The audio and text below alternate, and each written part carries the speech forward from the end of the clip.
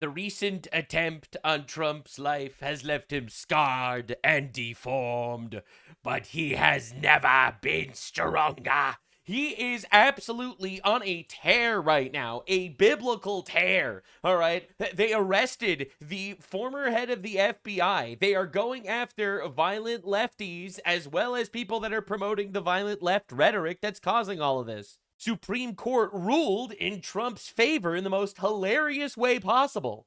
All the no kings people in the Democrats gave a standing ovations to the literal King of England, who showed up, by the way. And I will be showing you what's going on in England right now because there was another Islamic terror attack. And everyone's so surprised that that happened. No one knows what possibly could have caused this. It couldn't possibly be the Muslims that are doing the Muslim terror attacks. So lock in, boys and girls. Crazy deep dive on all the things today. I've been camping out in the Jew tunnels prepping this one. It is an insane deep dive. Covering all the things they need to be covered. The least homosexual politics coverage on the planet. Definitely subscribe. Okay, lock in. Two kings. The White House tweets a picture of Donald Trump and the King of England. Guys, look, it's two kings. Wow. This is truly diabolical. As you can see, this one tweet alone got 22 million views, 150,000 likes, lots of comments. Everyone's getting involved. Very, very well approved by the people. It's called rage bait, father. Hit send on the tweet. And honestly, it absolutely worked so well. This isn't your kingdom, it's our country. America fired its last king 250 years ago. So why did you stand up for the King of England? Huh, Congressman? Huh? God, making these dipshits fall for the rage bait has got to be one of my favorite things on the timeline every single day. And this is like the kind of thing that the left is like, as you can see, both sides use dictatorial rhetoric. Both sides are violent. Trump literally called himself a king. And that is precisely why they are not to be taken seriously. They are to be destroyed. Non-violently, of course, perfectly legally, but we need to obliterate them and shame them in public wherever they go. It's legal and it's awesome. Here's the No Kings crowd greeting King Charles with a standing ovation, as you can see. All right, no kings. Members of Congress, I no have the kings, high privilege guys. and distinct honor of presenting to you His Majesty Charles III. Wow.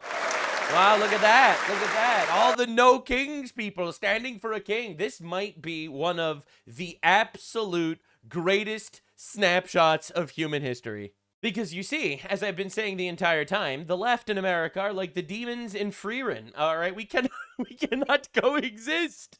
And they use words as weapons. Their words mean nothing. They have no value system. They have no moral structure. They hate you, want you destroyed, and they want power. The end. All right, and you will notice, if this is your line of thinking, I know, it's a bit of a black pill. A lot of people get, like, demoralized when they start realizing that I'm correct about all the things. However, once you start realizing what we're up against, it actually makes it much easier to destroy them and humiliate them, which is exactly the prescription, by the way, to this disease. Once again, not calling for any forms of violence. I'm not a leftist. I don't do that. They say Trump is threatening journalists and threatening the First Amendment. And these guys literally banned Donald Trump on Twitter when he was a sitting president of the United States. Oh no, Donald Trump is angry at Jimmy Kimmel for hoping he dies. Wow, I can't believe he's upset at Jimmy Kimmel for that. Disney fired so many people for having wrong think. You know, Gina Carano, Roseanne Barr, the list goes on. You know, believe all women except for women that were raped by migrants. And no kings, except for, you know, the actual literal King of England, I guess. Even though Donald Trump is obviously not a king. Donald Trump's been cooking, absolutely cooking. I want to congratulate Charles on having made... First of all, incredibly based that he called him Charles and not King Charles, because Donald Trump actually agrees no kings. We fought a war for this shit. The leftists didn't, because those guys, they're a party of foreigners at this point, all right? Those guys didn't fight for shit, all right? But we, but we did. We fought a war for this. No kings. So Trump calls him Charles based. Made a fantastic speech today at Congress. He got the Democrats to stand. I've never been able to do that. So very funny stuff, but also a wink, wink, nudge, nudge. Wow, I guess you'll stand for a king. It's pretty incredible stuff if you think about it. It really is. Now, Zoran Mamdani, again, a foreigner who for some reason has power in our country, he had this to say about the king. You haven't thought about anything you might say if you say hello to him and he stops to chat? You know, if I was to speak to the king separately from that, I would probably encourage him to return the Kohinoor diamond. Okay. Thank you. Please, You have to return the diamond to India or whatever the fuck you took it from. Return it to India, please. The Kohinoor diamond. Yeah, India. That you took from India through colonizing. Man, I love how this dude is like, he has to return a diamond that was taken by his ancestors. But we can't return Zoran Mamdani to Uganda? Like, explain to me how this makes sense. Can we please return Zoran to where we took him from, please? Also, bro, you look like you didn't shower in like a year, Zoran. Things are not going well for you there. In fact, actually, that's true. Literally, all of New York is currently out of business. I don't know if you heard the news. They're out of money, actually. I don't know if you heard the news. All right, epic spoilers for a future video. New York City faces a budget crisis of a historic magnitude. What? Elect a communist and have a budget crisis of a historic magnitude? Anyway, so...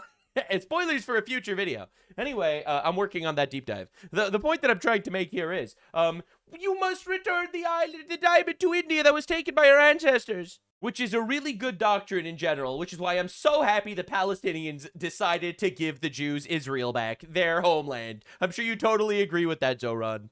Man, I'm just like a living ball of rage bait at this point. I just piss everyone off. All right, England, I suppose you should give India the Kohinoor diamond and also all of your Indians. I feel like that'll work very well. Man, I love this logic. Logic is fun. So King Charles has been cooking. For all of that time, our destinies as nations have been interlinked. As Oscar Wilde said, we have really everything in common with America nowadays, except, of course, language.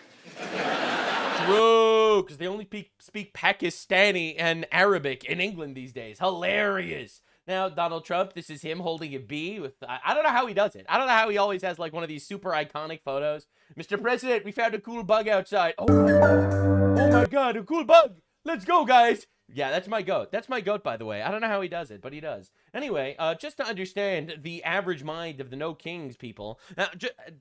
we have to tell you exactly what they're fighting against, right? Because I don't want you to think that our enemy is retarded.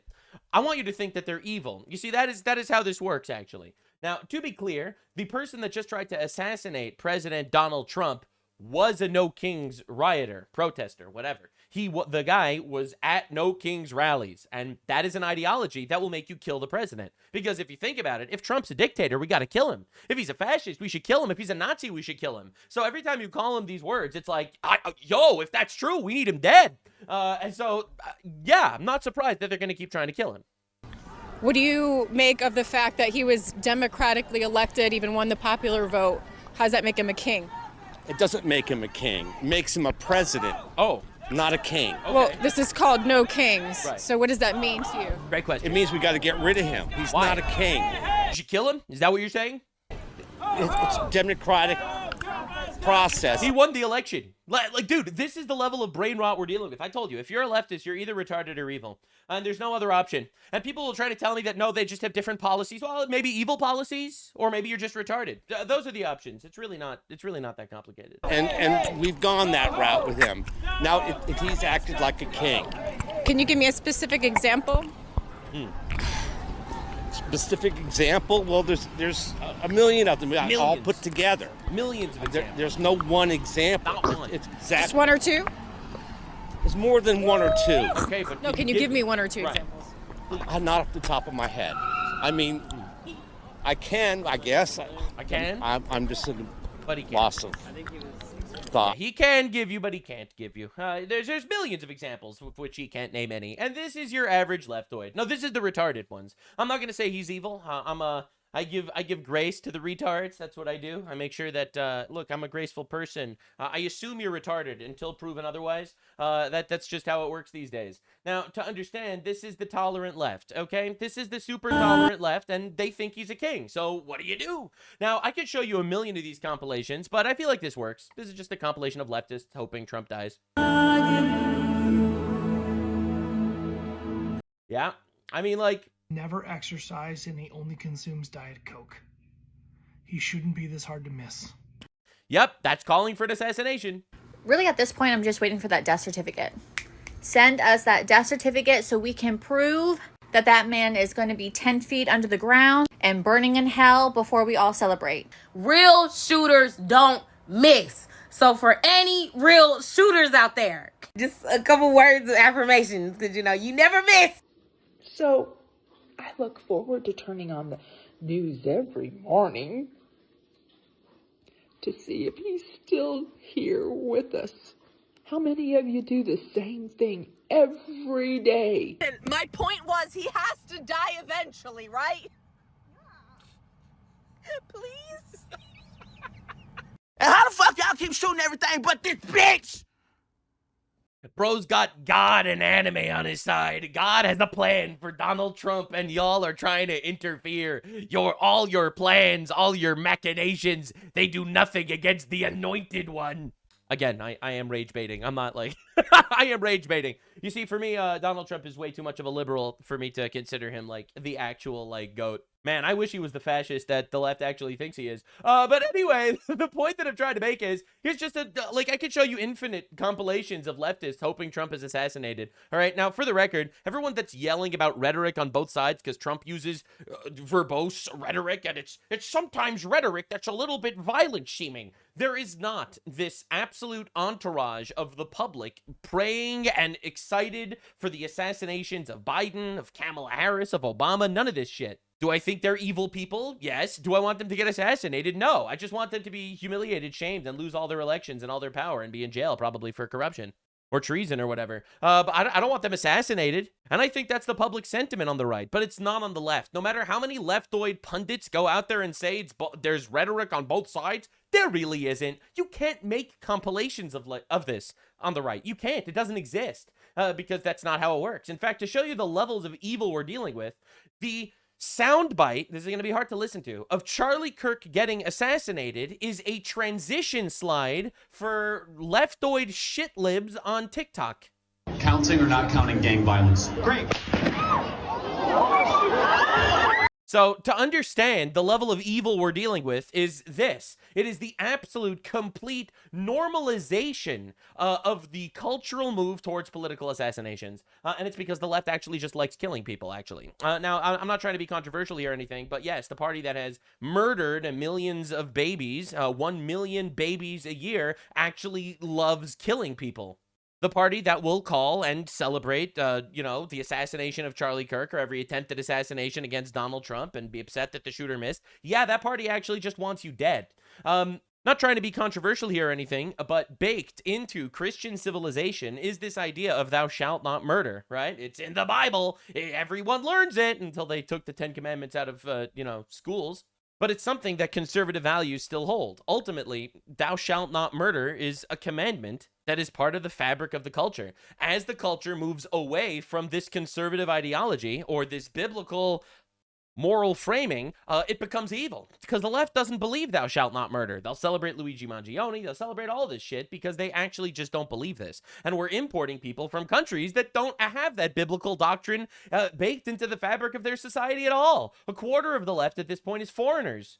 Now, this might come as a shock to you, but I'm not even surprised that they want us dead. I think it totally makes sense according to their worldview. If you are just an immoral bag of carbon and atoms whizzing through reality in some nihilistic universe existing purely for your own hedonistic pleasure, why shouldn't you kill the people you don't like? In fact, and I know this is going to be a wild thing to hear because I don't think people think from this perspective, I have never heard an actual logical, cohesive reason from one of these leftist pundits that's saying that Trump is Hitler and shit. Why shouldn't you kill him?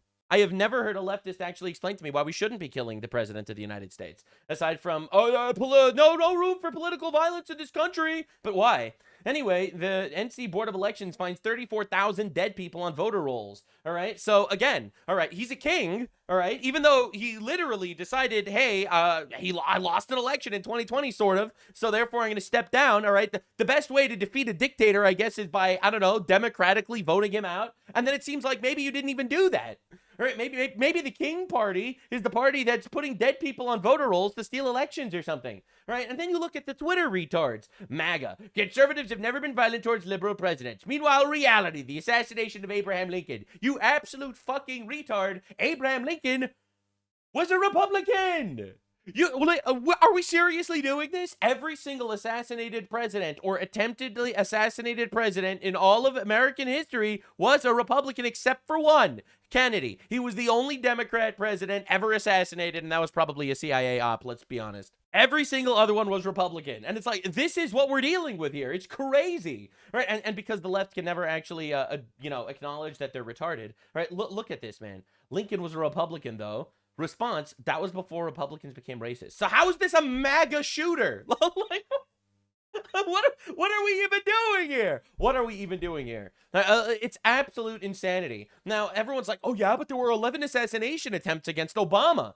All right, 11 assassination attempts Obama. Wow, it's both sides, right? So, but if you actually do a little bit of digging, the entire both sides narrative collapses because it's a lie. The 11 Obama assassination attempts, including a Hispanic man shot 25 rounds at the White House from his truck when Obama was in another state. They count that as an assassination attempt. An accountant was at a Waffle House when he said, I want to kill Obama. The extremist Irish Islamist gave an interview to a major newspaper and said he wished he could assassinate Obama. That counts as an attempt. A death ray plot in which two rednecks planned to use x-rays to kill Obama and also Jews. Well, that didn't happen. And a Walking Dead actress sent Obama a letter with rice in an attempt to incriminate her husband. All right? These are the assassination attempts against Obama. Holy shit, you cannot compare. So one of the largest reasons why this keeps happening is because on every single level of leftoid politics, they're pushing this idea that Trump is a threat to our nation, a threat to democracy, he's a Nazi, he's a fascist, he's controlled by the Israelis, he's controlled by the Russians, someone's controlling him, he's obviously here to destroy our country and our way of life, etc., yada, yada. And I guess the solution would be to kill him, probably. That's what it seems like, right? I don't support that, obviously, just to be clear. So anyway, Todd Blanche, the standing Attorney General, actually, they just arrested Comey, the former FBI director, which is a huge W, because he threatened Trump's life. Sir, how will you prove intent when, as the director had acknowledged, Mr. Comey said he did not associate 86 with doing harm, and he took it down promptly, said it was political speech, not an intent to harm the president? Right, so he posted, a little picture saying 8647, which means remove the president of the United States by killing him. It's a gangster slang. 86 is to kill, right? Obviously, 8. And it's insane. 8 miles into the desert or whatever, 6 feet under, that's where you bury the body. Like, so 86 is to nix it. 86, 47, 47th president. And this is the director of the FBI. This isn't some dumb fuck on Twitter, all right? Just to be clear, he obviously knows what it means. And then after they called him out, he's like, oh, I didn't know what it means. Well, now they're actually arresting him for threatening the president of the United States. And this is fucking awesome, actually. Well, it's not, this case was indicted today. This conduct occurred about a year ago, May 15th of last year. So every time everyone's crashing out that the Trump administration is not doing enough things, it takes time because that's unfortunately how the big government bureaucracy works. And one of my issues with the country in general is the fact that it's such a big government bureaucracy. I'd love to shrink government tremendously, but things are happening. And these things would not be happening under a Democrat. And that's why every single subversive right-wing guy that's like, oh, I'm upset Trump is in war with Iran. I'm so mad Trump is killing pedophile terrorists in Iran that have been trying to kill us for 47 years. It's a true nightmare. Vote for the Democrats. Every single one of those is some sort of op, all right? That shit's retarded. A tremendous amount of investigation. And how do you prove intent in any case? You prove intent with witnesses, with documents, with the defendant himself to the extent it's appropriate, and that's how we'll improve intent in this case. That's right. So they're actually working on putting him in jail for threatening the life of the president of the United States. Now, we have a broken justice system because we have female judges for some reason. I'm so incendiary today. Wow. I can't believe the truth offends so many people. So anyway, they actually arrested this guy. They indicted him. They're going to put him in jail. It's going to happen. It's going to be awesome. And that's great. And the reporter's like, how could you prove that he intended harm when he threatened his life? And he's like, how do you ever prove that someone intends harm? Now, Donald Trump says 86 is a mob term for kill him. They say 86 him. 8647 means kill President Trump. James Comey, who is a dirty cop, one of the worst, knows this full well. 8 miles out, 6 feet down. Didn't he also lie to the FBI about this? I think so. President DJT. This is pretty awesome stuff. It really is. And this is actually going down. You know, a lot of people are like, oh, Trump keeps calling you treason stuff, and he's not actually doing things. Well, he's doing things. And by the way, one of the popular left-wing talking points is this, right? The reason why there's violent rhetoric is because Donald Trump does violent rhetoric. This is literally the argument that they use every single time. And like, you have to see how absolutely retarded it is. If Donald Trump didn't call for executions of elected officials, he literally said that people that committed treason should be punished for treason, right? That is not a call for political violence. Like, that's why the both sides narrative is insane. Because on the one hand, Trump is going to be like, yeah, we should execute people for treason. Based as fuck, that's the law. They should absolutely get executed for treason. Yes, right? That is what he called for. So when people are like, oh, there's both sides, it's not both sides. Because when you call for someone to get executed for treason, one of your diehard supporters doesn't go kill them, all right? They get a trial, and they get executed for treason if that happens, all right? And this is every single time. This is literally the argument structure that they use. Well, the political rhetoric is bad on all sides because Donald Trump calls for violent rhetoric when he's at war with Iran. Yeah, I don't think any of his actual supporters are going to go and eliminate the civilization of Iran because of his violent rhetoric. And that's why this entire argument is a complete joke. In fact, people are actually getting cooked for this, right? We got the former FBI director. As you can see here, more is coming. So why should anyone believe this pattern of targeting Trump's enemies is about justice and not revenge? If you think that it's so good, I actually don't care. Let's say it's about revenge. I don't care. I literally don't care about the thought process. I care about the policy. These people are fucking retard bitches, and they should be in jail forever. So yeah, I don't care about revenge. Trump could be the most deeply selfish, narcissist fucking person on the planet, but if he makes our country better, I'm super happy he's president. Russian collusion hoax. If you think that the things that we've now seen evidence of in this Department of Justice aren't real, I just tell you to sit tight because things are coming. Things are coming. And I believe it because things are coming, right? Jimmy Kimmel, who recently went on his show and did this whole toodaloo about how can't believe, I was very excited that Melania Trump is a soon to be expecting widow, right? Super excited about that. And then he's saying, what do you mean? How could you say that that's bad? This dude cries about it every single time someone, makes fun of him. He decided to insinuate that I am a pedophile. This is how these nuts do it now. You're mad that someone insinuated you're a pedophile, Jimmy Kimmel? After you insinuate Donald Trump is a pedophile with zero evidence every single day on your show, to the point that it was in the manifesto of an attempted assassination plot? You don't like Trump? You're a pedophile. It's their go-to move. And it shows you how much they actually care about pedophilia. I hope the many, many decent people out there who vote conservative or whatever you want to call what goes on now, I don't see anything conservative about any of it, but to those of you who are part of that, I want to say this, and I hope you'll listen and give it a little bit of consideration. If you are a member of a group that think it's okay to randomly call someone a child molester, isn't this hilarious? Because you don't like what that person has to say, maybe you should rethink being a part of that group.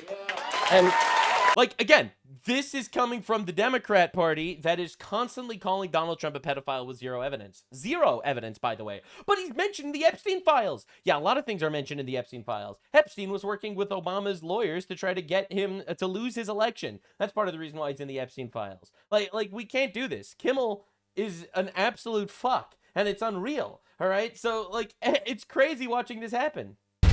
Right, so this is Jimmy Kimmel busted the president for making the same death joke that Jimmy Kimmel made.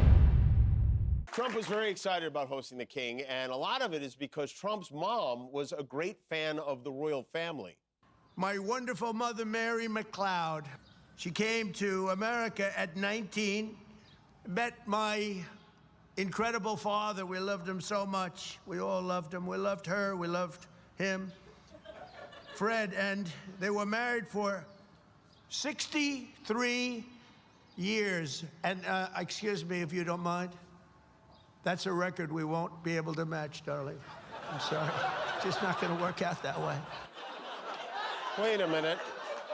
Did he just make a joke about his death? Now, again, this is the leftist mind. They manipulate words in order to control you. Yes, someone making a joke about his own death is deeply different than you groveling on your hands and knees, praying to whatever demon you worship that this guy should die. Yeah, there is a very obvious difference, actually. And it's amazing the left doesn't see it. Yes, making a joke about your own death versus making a joke someone else's death. There is actually a pretty basic difference here, and no one sees it. And that's the craziest part. You think Trump wants to die? He's saying, unfortunately, you will probably be a widow because I'm older than you. Jimmy Kimmel is like, hopefully he's going to die soon and make her a widow. I love how the leftist mind cannot comprehend a difference between these things because words are weapons, right? No kings until a king shows up. It's the same thing. And they all do this. Every single one of them. So this is Donald Trump crashing out on Jimmy Kimmel. Jimmy Kimmel, no way funny. True. Anyway, so Mehdi Hassan, Islamist, in my opinion, terror-supporting retard dipshit who should not be in this country whatsoever, saying, they literally don't understand comedy or free speech. We are governed by snowflake morons. So just to be clear, this tweet, which everyone is like saying, wow, I can't believe Donald Trump is criticizing Jimmy Kimmel and telling ABC to fire him. Why? Why do you care? ABC fired Roseanne Barr. ABC fired, Disney fired Gina Carano or whatever. All right. They've been firing people for conservative trains of thought all the time. Why wouldn't they fire someone like this? Now, my stance is I don't want to see him fired for something like this personally.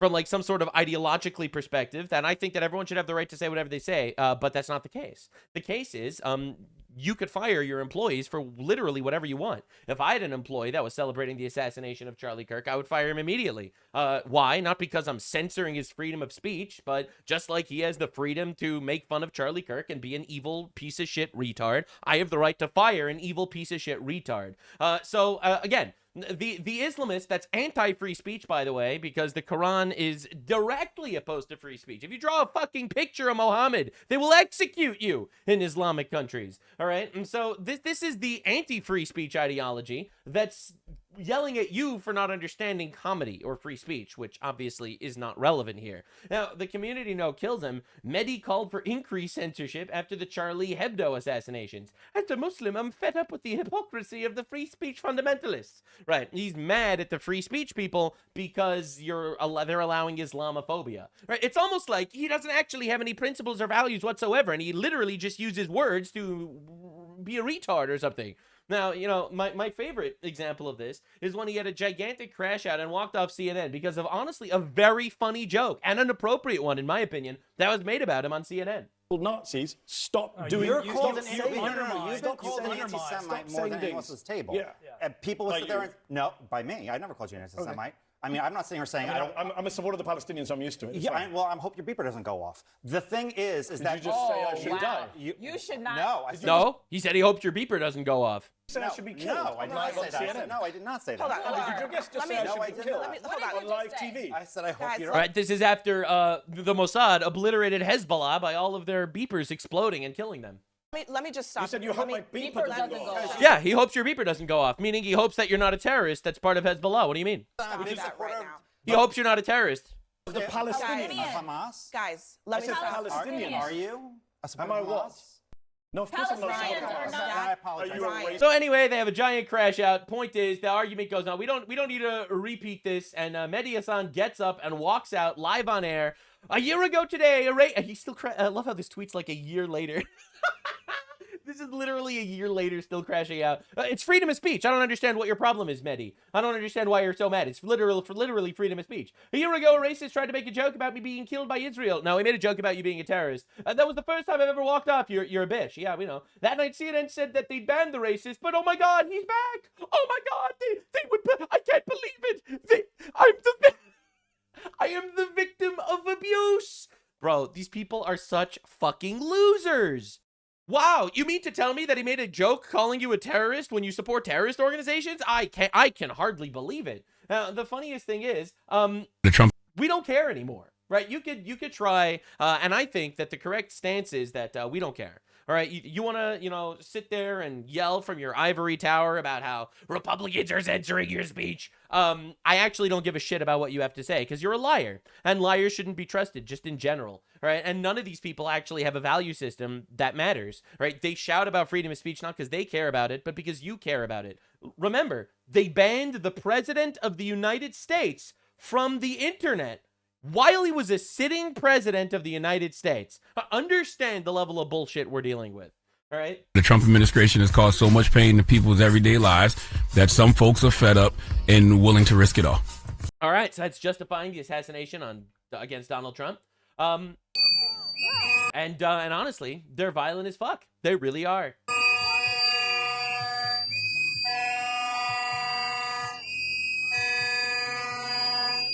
All right, so this is a Turning Point USA student.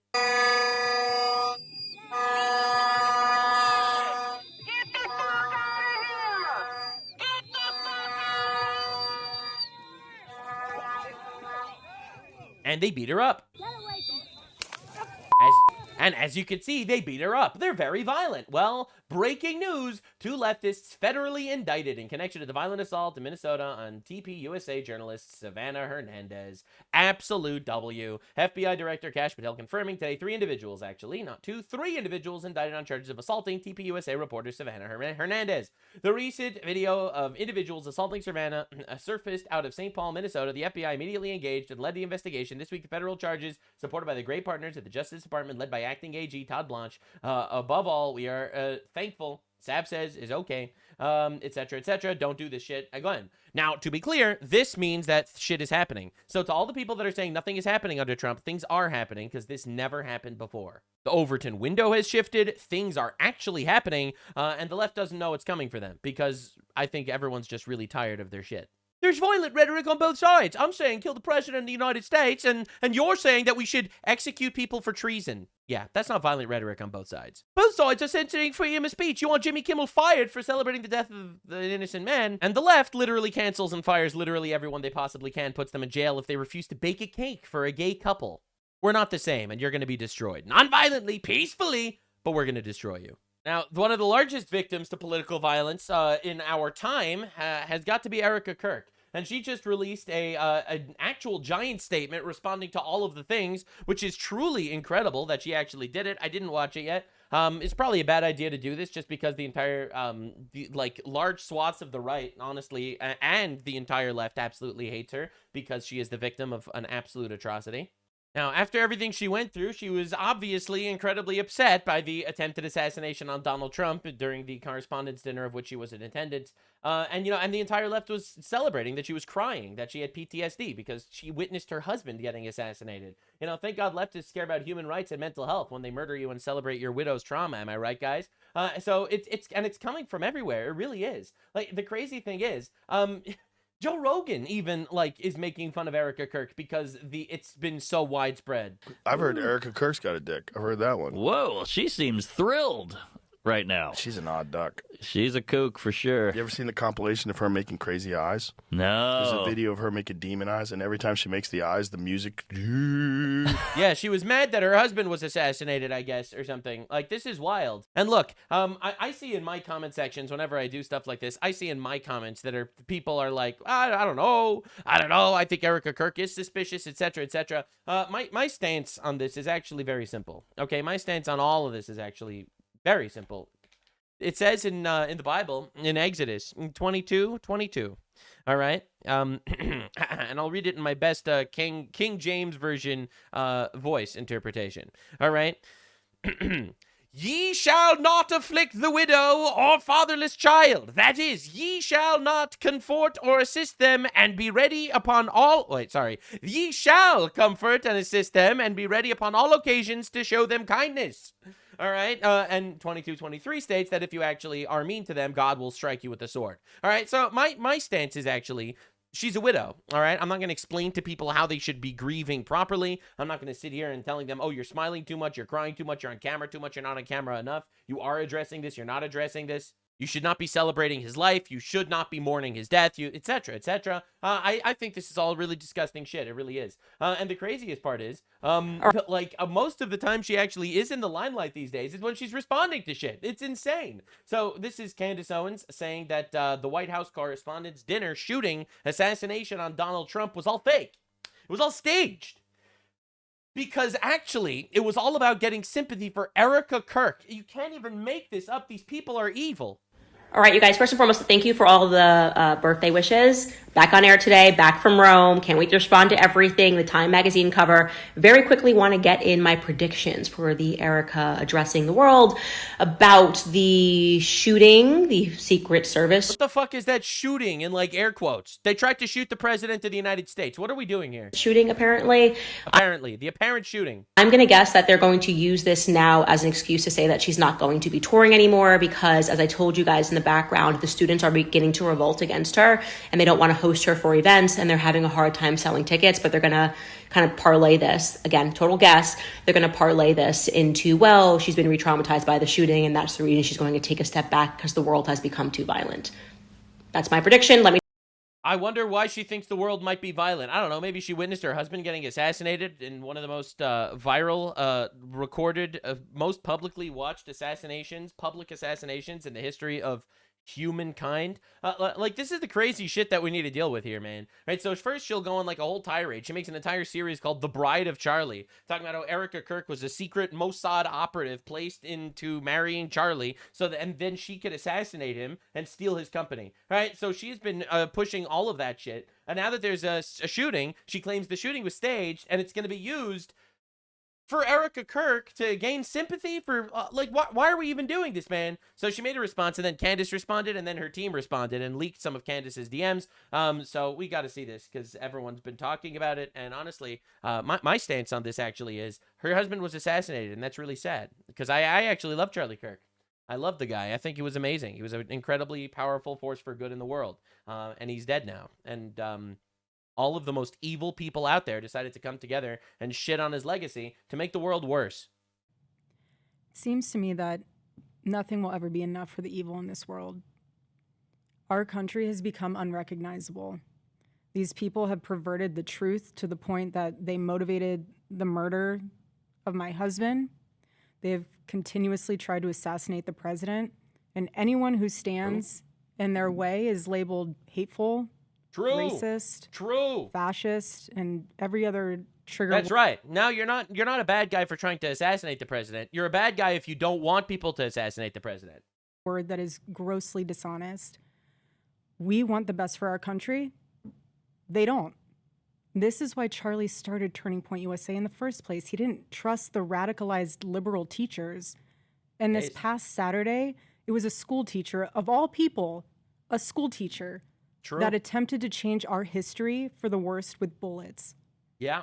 And everyone is asking why I even went to the White House Correspondents' Dinner. And it was because many of the journalists in that room have attempted to dehumanize me. And I wanted to meet some of them face to face, quite frankly. That's why reasonable. have a conversation about me when you can have a conversation with me? Well, it's simple, actually. It's because they don't care about the truth. People are still operating on such good faith here. Look, I pray for evil to redeem itself and be found in the grace of God and become good people and completely and utterly repent for their sins. But while they're evil, I will not make peace with them. All right? I feel like these are two very, very possible standpoints to have at the same time. I've met people in person that stabbed me in the back. This is not surprising whatsoever, and I would not trust them at all. So, for example, a journalist from the Daily Mail came up to me. She introduced herself. And she was very gracious. She was saying, you look so... In person, very gracious, obviously. But once it gets back to, the narrative, you have to push out the slopaganda, ladies and gentlemen. Beautiful. I'm so sorry for your loss. I'm sure you are. Yeah, you'll celebrate Charlie Kirk's death, and then you'll say, I'm sorry for your loss in person. To which I replied, it is so nice to put a name to the face, especially with all of the slander, the lies, accusations that are out there surrounding my husband's murder and myself. Yeah. And I said to her, you know what's so interesting? This is my first time at the White House Correspondents' Dinner.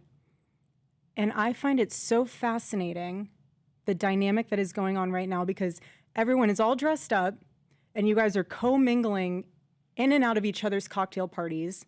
And so for one night, you are able to put aside all of your differences for the sake of freedom of speech.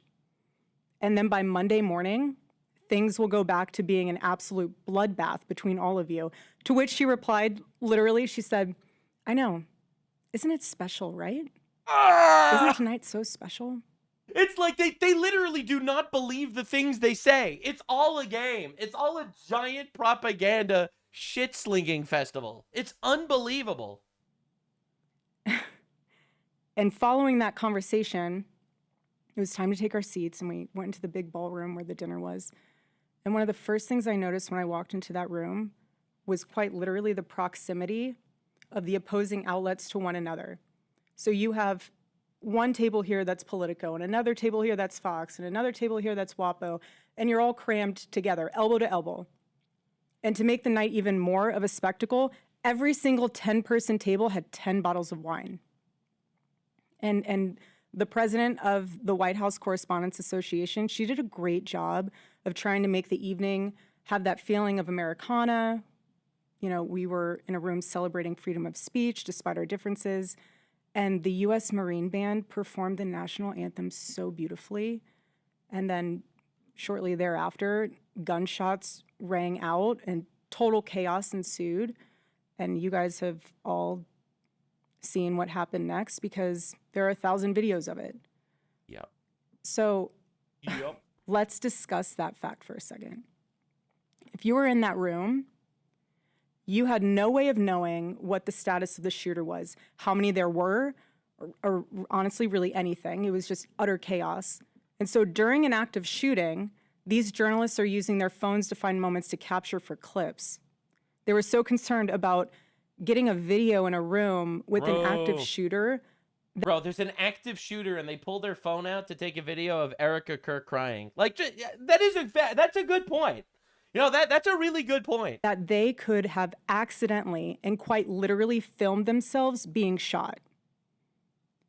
Many of those people have become so desensitized that fight or flight became secondary to the opportunity of putting themselves into the story, which ironically breaks the #1 rule of journalism.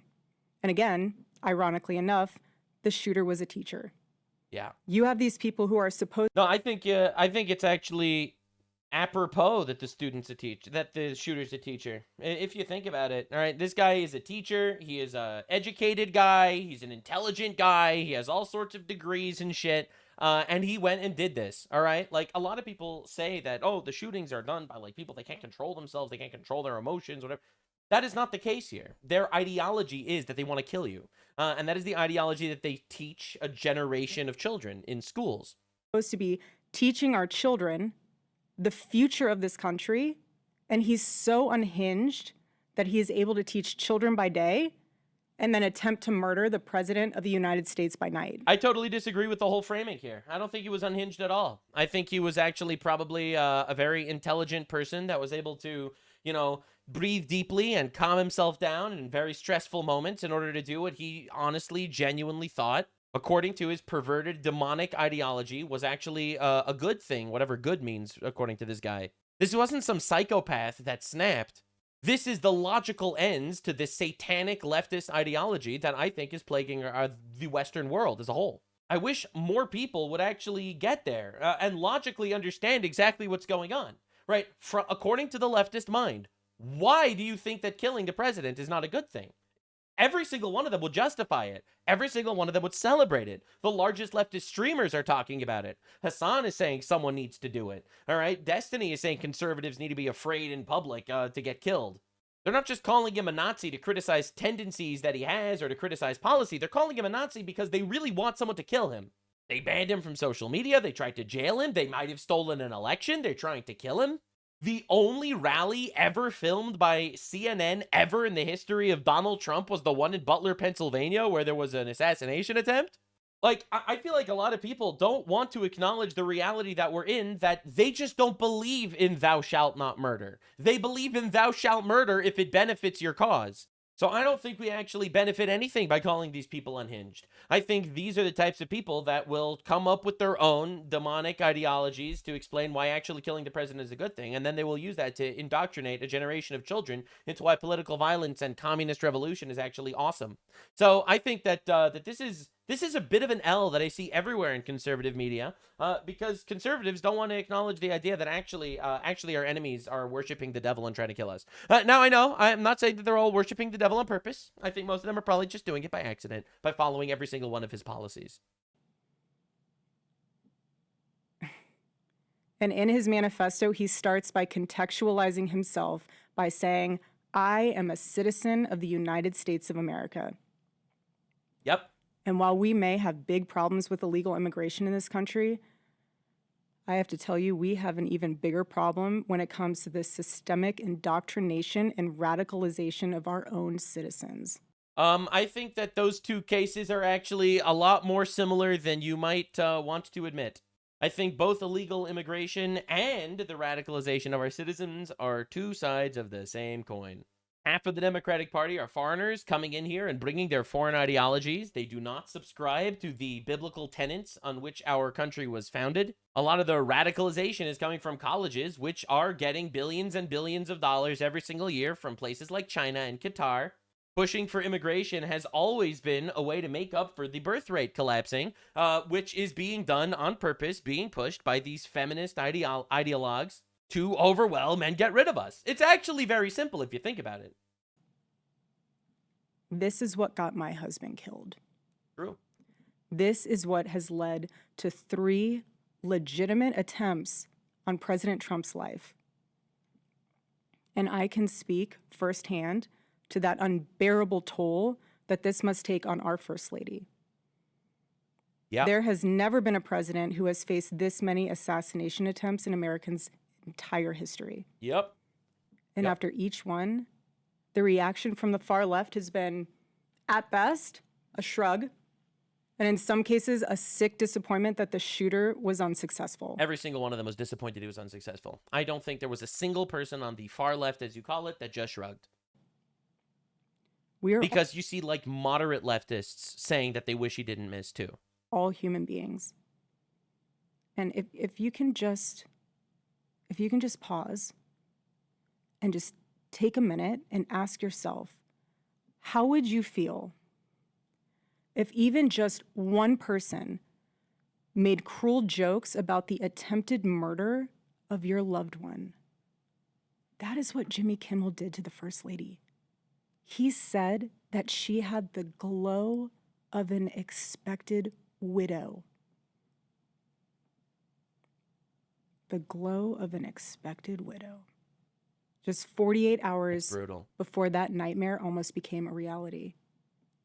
And this culture we're living in absorbs disagreement as a form of personal betrayal.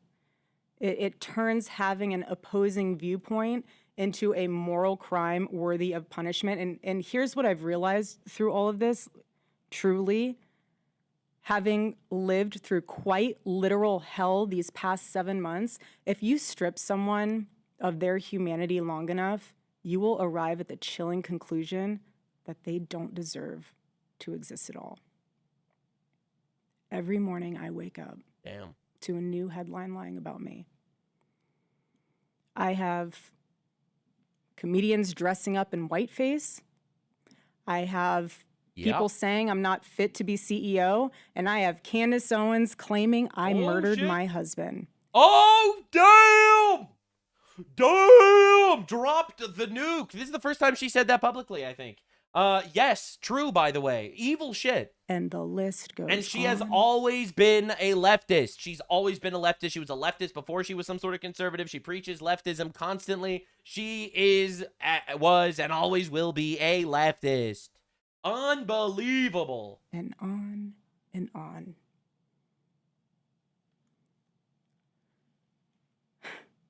There is a serious epidemic of dehumanization plaguing this country. The most unthinkable tragedies have now become commonplace in our daily headlines, and yet the media not just commonplace, they're celebrated. Finds a way to conveniently explain away violence. This is what we're up against. This is what we're up against. What is happening right now is something none of us can afford to ignore. The evil forces working to divide us, to distract us, and to pull us apart has never been stronger. This is a moment for Americans to come together and decide what kind of country we are going to be before we lose our country altogether. In Romans chapter 12, verse 21, it says, "Do not be overcome by evil, but overcome evil with good." And this is why my husband created Turning Point USA, so we could have civil discourse and debate and open dialogue, because when we stop talking to each other, bad things happen. I think the bad things are happening, which means I think that largely the talking stopped. Look, I'm not trying to be controversial here or anything. I think what we need to do, actually, is radicalize as many good men as we possibly can that can actually make some sort of major impact on our country. All right, I actually don't think that we can unite with evil. I think evil needs to be destroyed. This is like a very idealistic worldview that she's saying, and that's very lovely. And you know, honestly, I'm not saying this to criticize. I think it's powerful that she's saying it after what she went through. I think you know, at that point, going through what she did, just basically throwing your hat in the ring and saying, well, it's showtime, it's fight time. I think that's a pretty normal, natural response, and it's nice that she's so composed like this. I actually don't think we could unite with evil. I think overwhelming evil with good means that good men need to say what they believe in, needs to stand for what they believe in, needs to fight for what they believe in, non-violently, of course, not calling for violence, and needs to shame and obliterate evil. Hopefully, the evil people will repent on their own. Sure, I guess, that would be lovely, but there's no amount of me talking to some sort of pro-Palestine, transgender, queers for Palestine, no kings rioter. No amount of talking to that person will actually convince them of literally anything. Words don't work on them. Like, it's beautifully idealistic to say this, but they just fundamentally do not believe in thou shalt not murder. Fundamentally, they need to be destroyed, legally and non-violently, of course. I am choosing to fight for America, for my children, for your children, and for our humanity. Because we all need to do our part. And by the grace of God, we will succeed, and America will remain what she was always called to be. A shining city on a hill, a light to the world. So let me give you a perfect example of how it's done. My husband did it best and left us the blueprint on how to have uncomfortable conversations. That's right. With those who disagree.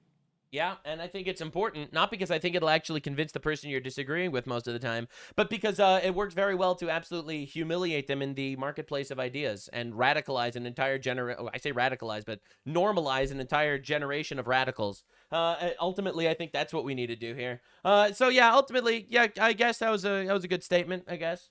I personally think she should leave the public eye, focus on raising your kids and your family. I don't think you should be doing this. I really don't. I just think it's a mistake in general for Erica to even get involved in this stuff. She went through an unbelievable tragedy, but ultimately what this generation really needs is very strong men, ultimately. And we are lacking, sort of. Now, speaking of the feminization of society, Candace Owens crashes out. Very uncomfortable to watch. Painful prompt to read. Speech clearly written by someone else.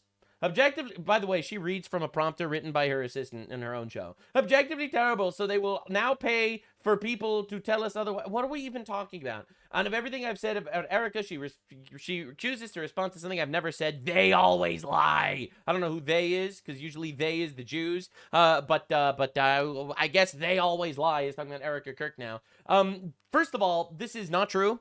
She did insinuate constantly that Erica Kirk killed her own husband. She had a thumbnail of Erica pointing a gun at Charlie Kirk's head.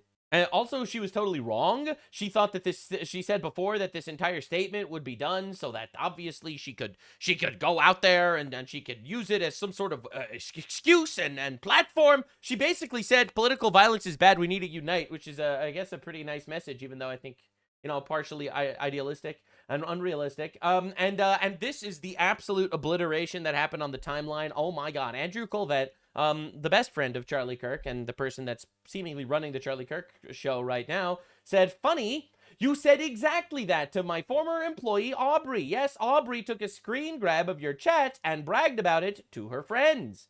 Look at this. This is crazy. Candace Owens says, yes, in person. I assume she's coming to you. This is referring to Erica Kirk coming to meet her, which happened a couple months ago. This is actually so wild. And since apparently she had been preparing since yesterday morning, been preparing explanations for all the lies they've been told, I assume. If Colvett and her had any common sense, they see online narrative and understand why their support is fading rapidly. She is coming here, and yes, it's absurd. They need to prepare. Yeah, totally absurd that they need to prepare to counter all the infinite lies that Candace Owens tells every day. Geez, that's actually crazy. I'm so intrigued to hear how it goes. I got your back. I'm asking everything. First question. Get ready. Why did you murder your husband? So this is Candace Owens directly stating that she believes that she murdered her husband. Obviously, she doesn't want to say it out loud because she would go to jail because the slander lawsuit would be crazy. But she insinuates it all the time on her show. She says it privately to individuals that she murdered her husband, and publicly she insinuates it all the fucking time. And this is just an absolute proven fact at this point. And then, of course, she calls anyone that accuses her of saying that a liar because obviously it's a pretty indefensible position. Dude, this assassination culture that we're living through right now is absolutely monstrous. It's horrifying. And a lot of people are like, yeah, you know, rhetoric, we need to unite, we need the lies to stop. And obviously, lies stopping and uniting is beautiful. It really is. But what if you do if a large swath of the country believes it's morally acceptable to murder the president of the United States if you don't like him? And what if that's because their morals are based on flimsy hoo-ha bullshit that, I don't know what the fuck, was imported from the third world? And I proved this in like a mini conversation debate thingy with Tectone over here. All right, and you'll see. Look, from a moral perspective, why is it immoral to kill the president?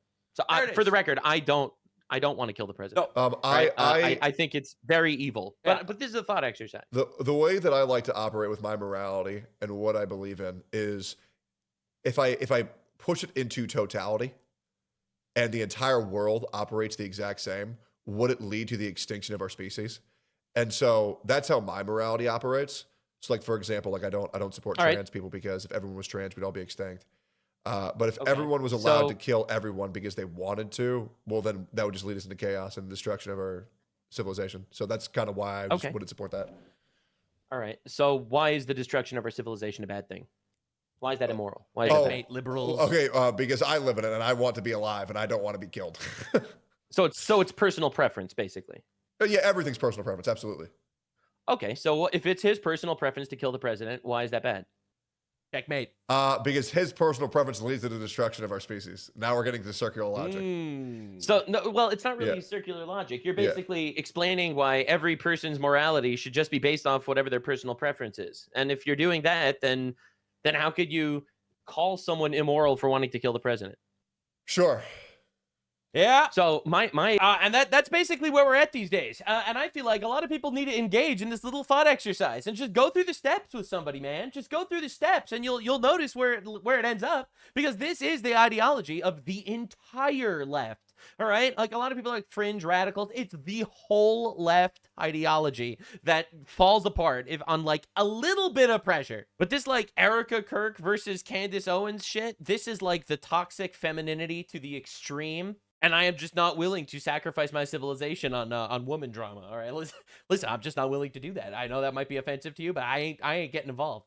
Now, Mr. Asmongold over here, he realizes that we're actually in an assassination culture, and there have been threats made on his life too. A lot of them, actually, that even I have seen. All right, just to understand the culture that we're living in, we are living in a culture where half of the country thinks it's morally acceptable to kill the people you don't like. That is what they believe, even though they say that they don't. Their words actually they mean nothing because they don't believe in anything that they say. Their words are weapons, and don't fall for that garbage. All right, listen, man, I'm just being real here. They use words to deceive and destroy you, and it's actually that simple. Assassination culture, that's what I'm calling it. It's bad now and it's gonna get a whole lot worse. God, I love how he looks like some sort of hermit that rakes in $50 million a year. I want to make this video because in 2, 5, 3, 10 years from now, I want to be able to go back to this video and say, see guys, I told you so. And if I'm not right, I'm going to delete the video. So anyway, the legend, this the has goat. been, I think, escalating. It's been going crazier. Bro, this is literally how Muhammad prophesies shit in the Quran. I'm going to make a prophecy, and if it's not true, just delete this part. Oh my God. Crazier. We've had now the 3rd or 5th, or I lose count, how many attempts on Donald Trump's life. Somebody, well, I'm really mad. I'm going to shoot the president. Oh boy. That's going to solve all your problems. True. And so you have these people that are doing this, and this is really, really escalated ever since. I mean, I really think that victim mentality is just so accepted everywhere right now. It's so sad. It really is. Black people can't succeed because of the white people can't succeed because of the Jews can't succeed because of the Muslims can't succeed because they keep bombing people all over the place and people don't like that so much. The men can't succeed because of women, the women can't succeed because of men. It's honestly diabolical. And you know what the solution to all your problems is? Well, if you believe in God, you pray, and if you don't believe in God, I guess you try to kill the president of the United States. All right, that was a joke. And I mean, let's be honest here. It's been escalating ever since BLM. That's whenever being a crazy... Straight facts, because ultimately, law and order keeps our country alive. It does. And if you don't have law and order, then wait a second, we can get away with literally everything. And they got away with literally everything, and therefore everyone's like, hold up, we could just do shit now. Retard became the socially acceptable thing to do. Correct. And now everybody's a crazy retard. And these are people who think that they are fighting for civil rights. It's like, you know, you're not Rosa Parks sitting at the front of the bus whenever you're burning down a Uber driver's Tesla. I mean, that Rosa Parks story was whatever. We don't need to get into the veracity and the verification of Black history, okay? Elon Musk made you mad. You're not fighting for civil rights, you're trying to take them away. Everybody wants to have an election, you don't like the way it turns out, time to burn everything down. Well, can you imagine what it would be like if everybody did this? Oh my god. It would be crazy. And this is the... Yeah, they're illogical psychopaths, but they're also evil. All right, let's not forget that part. Form of third worldism, and I talk about this a lot. Well, I'm still on Twitch now. And I talk about this, though. He got banned for that. Because this is the mentality of when the existing systems do not create the outcome that you like, even though all of the systems are working properly, you're being represented, you just simply don't have the numbers to achieve your goals. Whenever this happens to you, the result is not, well, I guess I have to work harder, I have to get more people to agree with me. No, the result is, now I'm going to set something on fire. I'm going to try to shoot somebody. Yeah. I'm going to try to cause some sort of... I'm going to stand, get this, guys, I'm going to stand in the middle of the road for Iran. That's right. Thank God. That's going right. to save them. Yes. Oh, for sure. All the pedophiles in Iran that are getting blown up by Donald Trump, they are so grateful for every single blue-haired, nose-ringed cow standing in the middle of a street. Sure, exactly. And if anything, it's going to make the gas prices go even higher. True. So anyway, True, this is what I think actually is happening, is that people have socially normalized the act of bad behavior, violence, aggression, hostility, and they've done so. A big part of that is because of lack of consequence. Another big part of that is because these are immoral shit libs. These people are immoral retards. They're psychopaths. With a righteous indignation. And also they're lied to, right? They're like, it's on every single level, right? You got the propaganda wing of the left, which is like the media, and they convince you that Donald Trump is a dictator, king, evil, war criminal guy or whatever. Right? Then you get the dipshits on the bottom rung of the ladder being like, holy fuck, it's moral to kill him because I don't like him. That has enabled them to justify doing so as being the heroes of their own story. Is it too many Marvel movies? I don't know. But it's too many something. Maybe it's too many antidepressants. I have no idea, but I know it's a big issue. I think it's too little God. But you know, to each their own. Everyone has their own solution. And I think I know where things are going with this. Because we can't live in a society that's like this. You can't have a society where people steal things, people are being violent randomly, and people decide to kill elected representatives. Yeah, hot take, we actually should just enforce laws that exist. I feel like that would be very effective in a large way to actually shut this shit down. All right, you're part of some sort of giant riot that's lighting shit on fire or whatever. You're contributing to it. You are part of a domestic terror movement. You need to go to jail. I actually think this would solve a lot of issues. You know, people would really stop doing that. People would stop going to violent riots that are firebombing police officers if every single person in that riot was immediately picked up and thrown into jail. I'm not lying. I really think that would solve the issue a lot. And I think that this works almost all the time. If you're actually going hard about it, you incite violence, okay, jail. All right, great. You won't be inciting violence again, and neither will your friends, because you just went to jail. I really feel like enforcing laws is pretty awesome and moral, all right? In fact, the perfect system ever, in my opinion, is the one God gave us, when it's like, oh, the guy kills someone, you execute him. Okay, awesome. The guy stole shit, okay, all right, he has to pay back double whatever he stole. Oh, he can't afford to pay it, all right, put him in indentured servitude to work off his debts. based. No one would steal at all. No one would steal. Problem solved. You know, it's almost like enforcing laws is actually fucking awesome.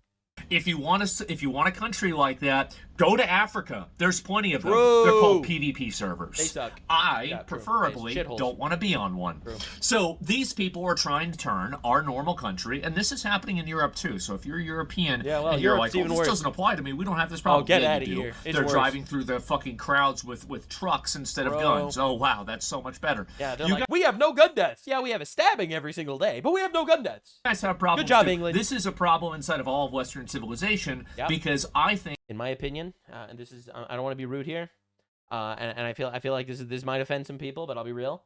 The positive forgiveness and graceful tendencies of Christian nations were being manipulated by largely feminists and retards, and I feel like that leads to every single issue in modern Western society. Think that we have culturally not been willing to just put our foot down with these fucking freaks. These absolute... And again, I think that is, first of all, what I said, that we need to enforce laws, but also that is exactly an absolute offshoot of this feminist bullshit that I was just talking about. It's literally a direct offshoot of it. Absolutely. Oh, we have to have mercy for the criminals, mercy for the terrorists, mercy for the pedophiles, release them all. Oh, he didn't understand that rape is bad. He's from Somalia, where they rape all the time. They love rape there. Generational, genetic rapists or something. I don't know, man. I don't know what's going on over there. I don't get involved. But we have to release them from jails forever. And this is literally what we're dealing with here. Fucking deranged, mentally ill, violent, psychotic freaks that need to be put in a mental institution and locked up indefinitely. And everybody else, by the way, if we did this, everybody would be living in paradise. Everything would be great. Everything would be amazing. Oh, wow. I'm sure we'd find some other issue, but this would solve almost all of our problems, for sure. It's actually incorporating the laws that exist, but actually doing that. I go to CVS. Oh, I want to buy a candy bar. Well, let me go speak to the manager's manager so he can get the special key that was made crazy. by, the Wizard of Oz. Look, I'm not gonna lie. I went to Blue States.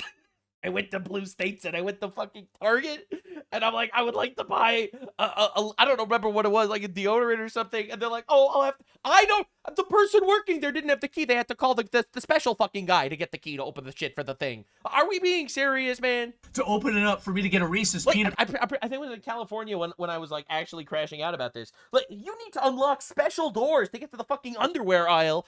Like, there is an issue, man. Buttercups.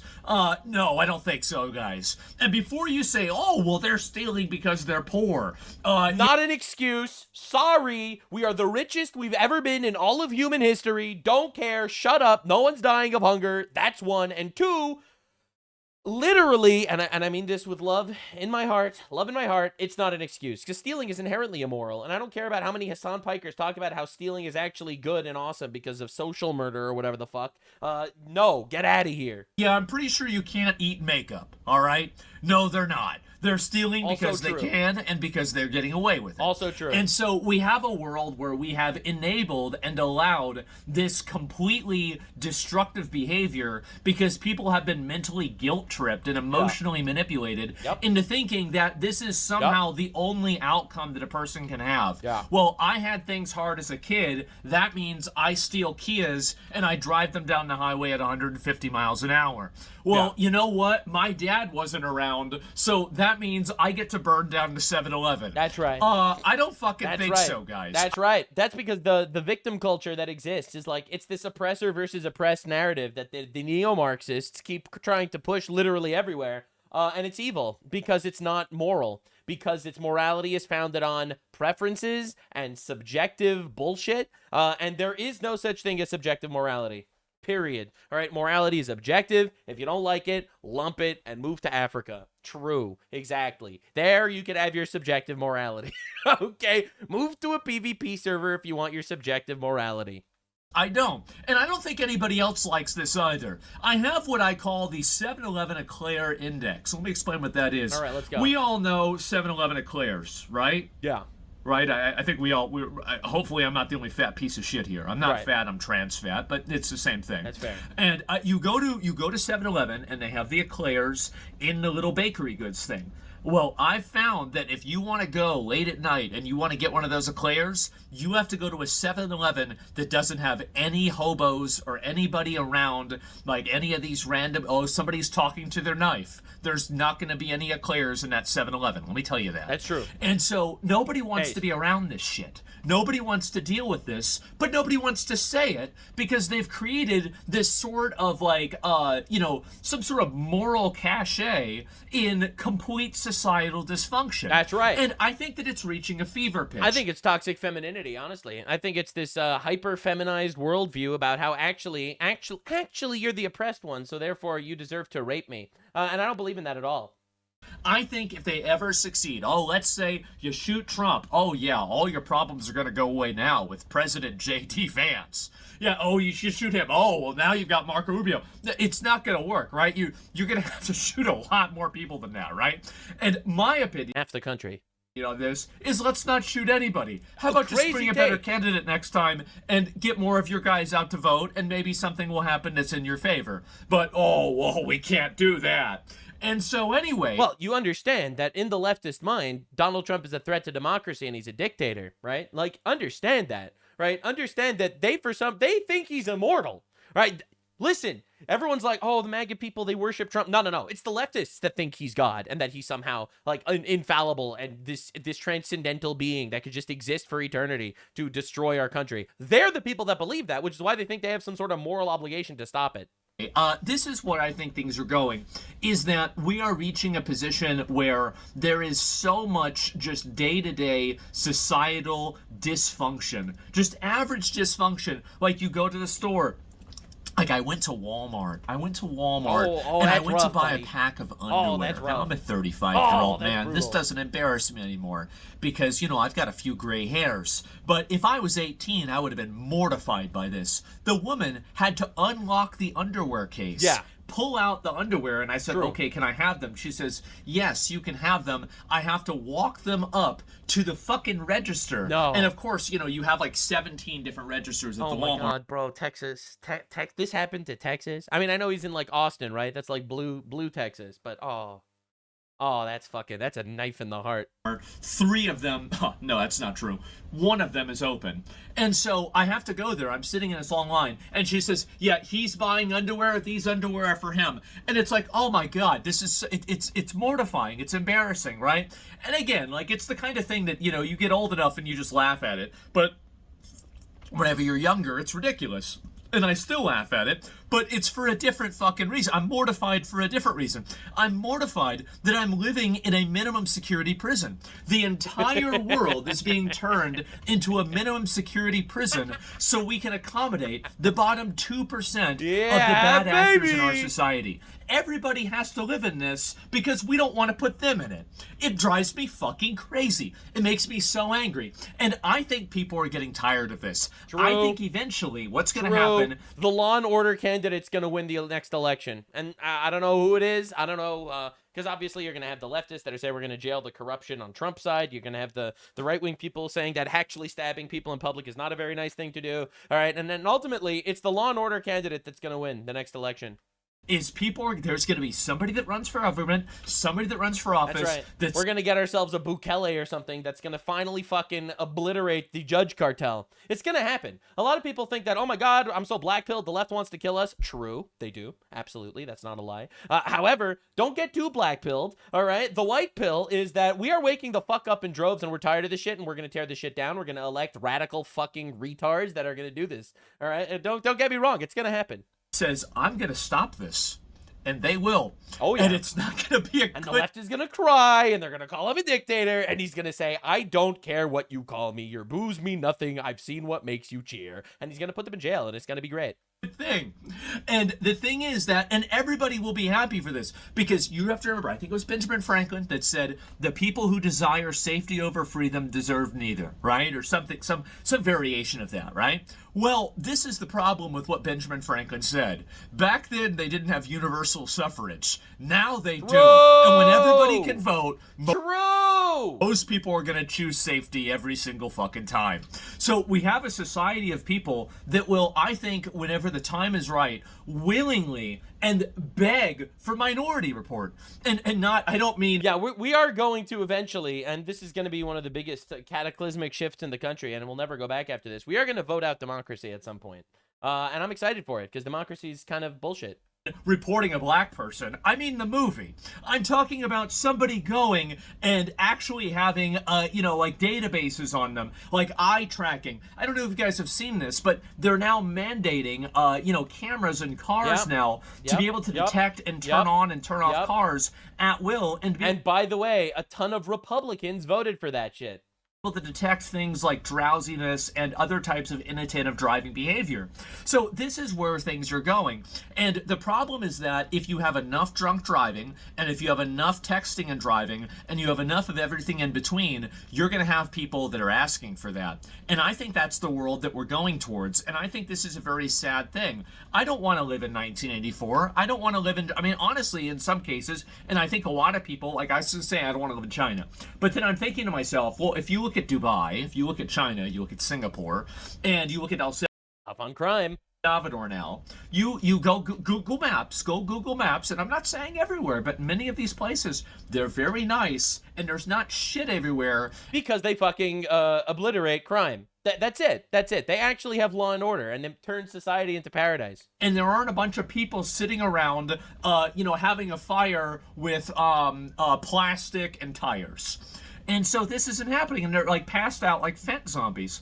And so I think that what's happening is that this is either a colossal amount of mismanagement that is so bad that it will be seen historically as like an age of decline, or it is being done intentionally. This dysfunction, this unrest. I think so for sure. Of course it's, what are we even talking about?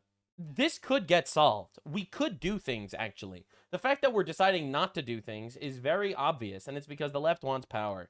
So they import infinite retards, they turn up the temperature forever, all right, kill your opponents and stuff like that. They have no moral grounding, so they're more than happy to do that. And then you're going to have this entire gaggle of dipshits that are brought in from third world countries that are all going to vote for leftists, that are going to bring in more of their cousins from third world countries. All the criminals are going to vote for leftists because they want the free shit. So the criminals want to be able to vote. The criminals don't want to go to jail. The drug addicts want more drugs. The poor people that don't want to get a job, they want to get free shit from the rich people, right? So they are literally pandering to the lowest forms of society possible in order to rig elections, to win and to gain power. So of course it's done on purpose. Every single person that gets away with a crime is gonna vote left. All of them. All of these problems are being done intentionally so they can manifest the reality of the next police state, the Patriot Act 2. That's happening. The you know, the furthering of the reduction in privacy. You know, do you want to be texting your friend and look, man, England is starting to jail people for emojis. Emojis that could be constituted as hate speech. All right, it's gonna happen here if we let the left keep doing its shit. And you make a joke and it's about something blowing something up, and then immediately you have the police coming and they're shutting down your service because it's been AI parsed, and they have like a complete apparatus, and they're using telemetry, and they're trying to figure out, well, wait a minute, this guy, I think he's the one, this could be Al-Qaeda, he could be radicalized, it could be one of those incels. I love Al-Qaeda. With a bomb, and then before you know it, you're on a list and you can't use an airplane.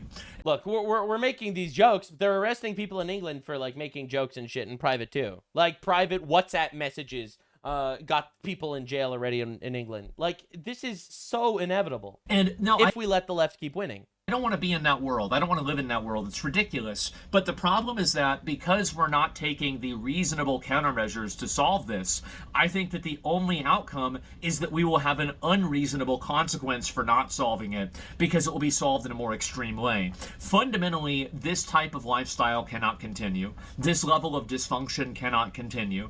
You can't have people that are just stealing things wantonly out of every store. Stores are going to be closing, and they already do. And then what happens when that happens? Well, people lose their jobs. What happens when they lose their jobs? Well, they're stealing from the remaining stores. So then the remaining, you see how this happens? You see, this is the third worldism that I'm talking about. We can't live in this world. This isn't going... And we're importing people with that ideology. And of course it affects people. And colleges teach it. And communism is this. to work. And so my plea and my ask for so many people, and these are people in the government, people that listen to me and everybody, is that please stop allowing our culture to be colonized by absolute fucking savages. Yes. Why are we allowing ourselves to be totally ruled over by the bottom 2% of people that should be locked in a box for the rest of their life? At least. And this is the thing. I think that this is the most reasonable and the most acceptable way to do this. And the reason why is because if we don't have that, those people rule over you. Absolutely. They rule over you. Of course they do. I don't think you're going to have some big mass, you know. They'll just assassinate you if they don't like you. And the entire culture will get together patting each other on the back. This is the toxic feminine bullshit about how, you know, the one girl, you know, sleeps with somebody, and then the rest of the class all calls her a whore, even though they're all also sleeping with people, and they're all patting each other on the back for calling her a whore. And then one person doesn't want to sleep with people, and then they're all laughing at her for being a prude. It's the same shit. And we're dealing with this on a cultural level because we have unchecked, female, toxic, feminine garbage polluting everything. All right, and then too, by the way, we have these feminized manlets, these beta cucks wandering around, cucking around as much as they possibly can to basically please their overlords. Maybe they will give them some attention or something to make them feel not completely pathetic and miserable. Class awakening. You're not going to have the communist revolution. No, if worst case scenario, the rich people will pay half the poor people to kill the other half. So I'm not really getting excited, and I don't think you should either. I always see all these people on TikTok and stuff like that. I get this stuff sent to me, and they're saying, well, I can't wait for the revolution, and somebody has a, you know, like a 9mm gun and a Kevlar vest that they got off of Temu. Oh, yeah, you're definitely ready for the revolution, buddy. So we have this overwhelming just sense of just complete hubris and bravado that people have on these social media apps. Like this is going to be anything other than a complete crime against humanity. And all I'm saying is that I would rather this problem be a page in the history books instead of an entire chapter. And I think we're moving towards the chapter. Please, can we please just fucking... Can we get these crazy people under control before we all have to be under... For the love of God, we have laws. Enforce them. Please. Please. But the left doesn't believe in that because they actually don't believe in law and order because they don't believe in some sort of objective moral framework. So they completely reject the notion of laws being applied equally to everybody. Right? They claim they're for equality. They're not. It's all a manipulation. And so many people are falling for it. And they're like, oh, we need to unite. It's an ideology that needs to be destroyed. It needs to be eradicated from this entire country. Completely. Shamed and humiliated. Control. Can we please do this? And I had to make a video and talk about this because it's outrageous. It's absolutely outrageous what's going on and how we've allowed this to happen. And I want to make this is a plea to everybody. This is a very important value system that I have. I think this is the core tenet of Western civilization. What is Western civilization? Roman law, Greek philosophy, Christian morality. That's what it is. Is there a deviation? Absolutely. Is that the rule? Yes, it is. And I would like to go back to that. Well, we're importing people that don't believe in that at all. I would like to go back to that, and I'd like to live in a place where I don't have to go through checks and balances to purchase underwear at Walmart. So anyway, guys, I wanted to make this video in light of the recent assassination and the other amounts of just complete and total unrest that I've seen recently. Yeah, and one thing that he's not saying, which obviously is true, everyone's getting death threats. Maybe on the left also, I don't know, I doubt it. But everyone on the right is, and everyone I speak to is, all right? I know I am. Nick Shirley just made a video of people, you know, trying to kill him. Hasman Gold is talking about this because he probably sees it firsthand, the amount of death threats he gets. I see them, they're public. Absolutely nothing's getting done about any of this. It is not protected by freedom of speech, and it's an insane environment to exist in. It's like we're living underground, taught by an entire civilization that there is no such thing as sky. And if you question that, you're a fascist Nazi that's morally acceptable to kill. Now, the solution to this, ironically, I think, is a lot more straightforward than everyone's saying. All right, you know, we need infinite voting and policies and radical politicians. Absolutely, don't get me wrong. There is a very fundamental solution to this, which, in my opinion, is we need to become strong men. We need to actually become powerful fucking people. We need to actually become moral, good, thought out, intelligent people that are successful, that get married, that have children, that raise them well with good values and good ideologies. You know, it's funny watching everyone crap all over religion, but if you actually follow the words of God in the Bible, it will lead you to the best lifestyle you could possibly imagine. Criminals go to jail, people get married and have families. It's honestly incredible stuff. And it's this generation of strong men that will save Western civilization, inevitably, because the alternative is war. And I'd really rather that not happen.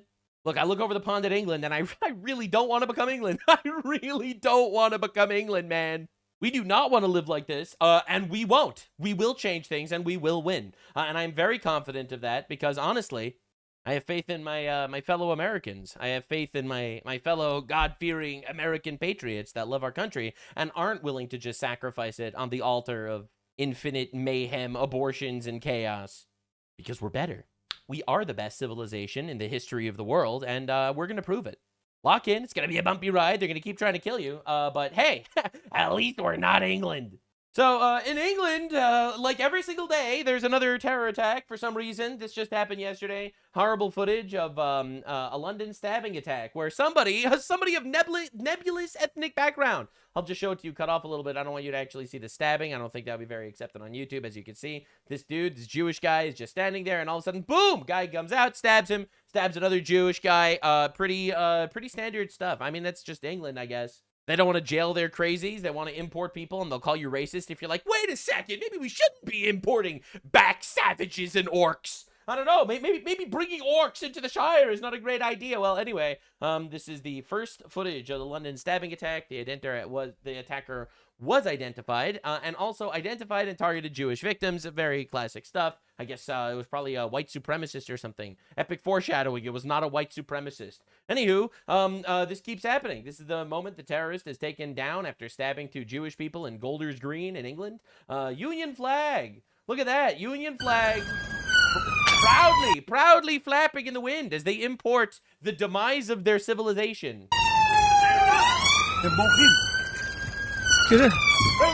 Wow, they don't have guns? More units!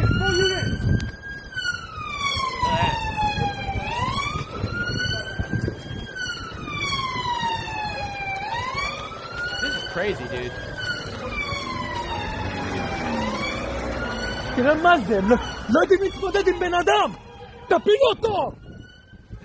Jewish guys yelling, take him down! Take him down! What are you doing? You have like 4 cops with like little gay tasers that they're not taking down the terrorist that just stabbed 2 guys. Hello? Bro was still walking around. They didn't take him down. Hello? Oh, and then finally, eventually, they decided to take him down. Pretty good stuff. Wow, it only took them like 4 years to do it. That's pretty great stuff. Look how insane this is, bro. Look how crazy this is. All right, so after all this, the suspect, the terrorist, was that after he just stabbed 2 Jews, tried to slit their throats, and this is him getting matched up, believe it or not, by HASAN, the Jewish ambulances that were just firebombed by Islamists a week ago. It's crazy how like we do this every single time. It's like, oh, well, another terrorist attack. When's the last one been? Yesterday? Yeah, so the Jewish ambulance service, all right, the volunteer paramedics in this privately funded Jewish service is actually out there healing the guy that just stabbed 2 Jews. This is honestly pretty wild stuff. It really is. It turns out this is the guy. This is the 45-year-old man arrested over the stabbing of 2 Jews in England. Looks like a straight white male to me. That's right. Another straight white male. Another Nazi stabbing Jews. Wow. A straight white male. Can't believe it myself. Of course, Keir Starmer shows up out of the woodwork. All right, this guy. 3,000 likes, 7,000 replies. The anti-Semitic attack in Golders Green is utterly appalling. Attacks on our Jewish community are attacks on Britain. Thank you, Shomrim Hatzolah and the police for acting swiftly. Not swiftly enough. Those responsible will be brought to justice. No, you'll never name it. They'll never name who those responsible are. All right, another attack by the faces of modern Britain because he said that Islam is the face of modern Britain. That is a famous quote from Keir Starmer saying that Islamic values are British values. Yeah, very cool stuff. Very cool stuff from Queer Stalin over there. All right, so this is the Labor MP. All right, leftoid retard going there to obviously show up. To show face after this horrible attack, which happens every single day these days. Commissioner, I just want to add a few words. What we've heard.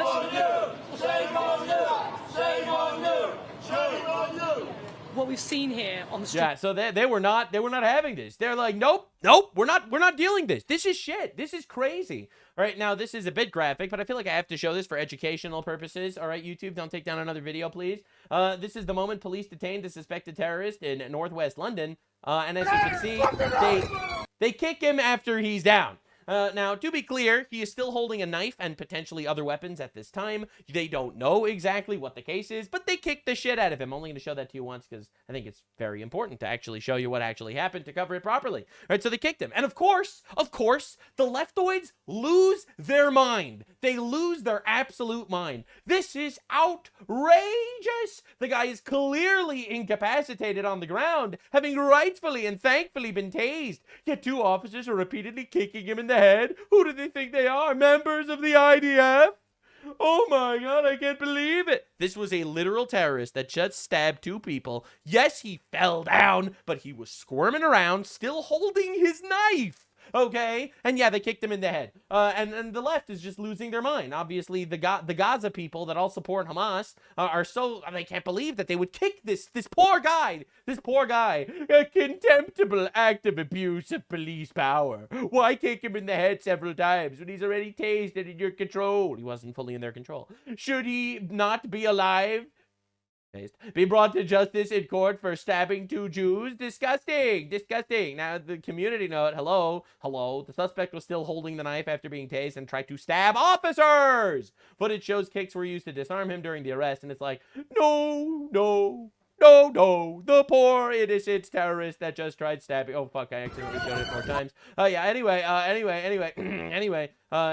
Rupert Lowe, the guy running for the Based Party in England, far right party, they call him, our police kicking murderous terrorists in the head to save lives is a good thing. He is the only politician in all of England who said this. The rest of them are like, I can't believe they kicked him when he was down. This is the only guy with even some slight moral barometer. Yeah, fuck this guy, actually, that just tried to just stab 2 people. Yeah, actually kicking him in the head is a fucking good thing. It is mind-boggling witnessing the moral decay of society that's like, oh no, actually you shouldn't kick him in the head. Absolutely they should kick him in the head. They should deport his ass immediately. They won't.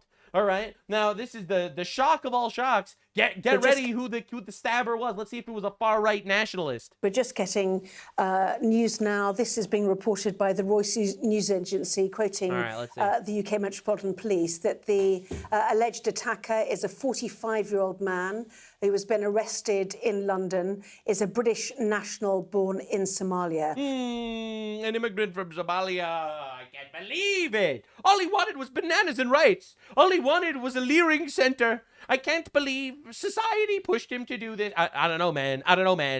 There is literally, there isn't like a large Jewish community in England. Like, speaking frankly, I think there's less than 1 million Jews in England for sure, in the entire country, and they've been there for generations. How is it that there is literally some sort of attack every day? And I don't mean like the gay anti-Semitic attacks, like someone spray painted a swastika. I can't believe it. It's anti-Semitism. Like, this shit is like, honestly, please. I'm really tired of the victim shit. All right. But they over the last week, they firebombed ambulances. They firebombed the Holocaust memorial. They stabbed 2 Jews. They beat up a couple of Jews.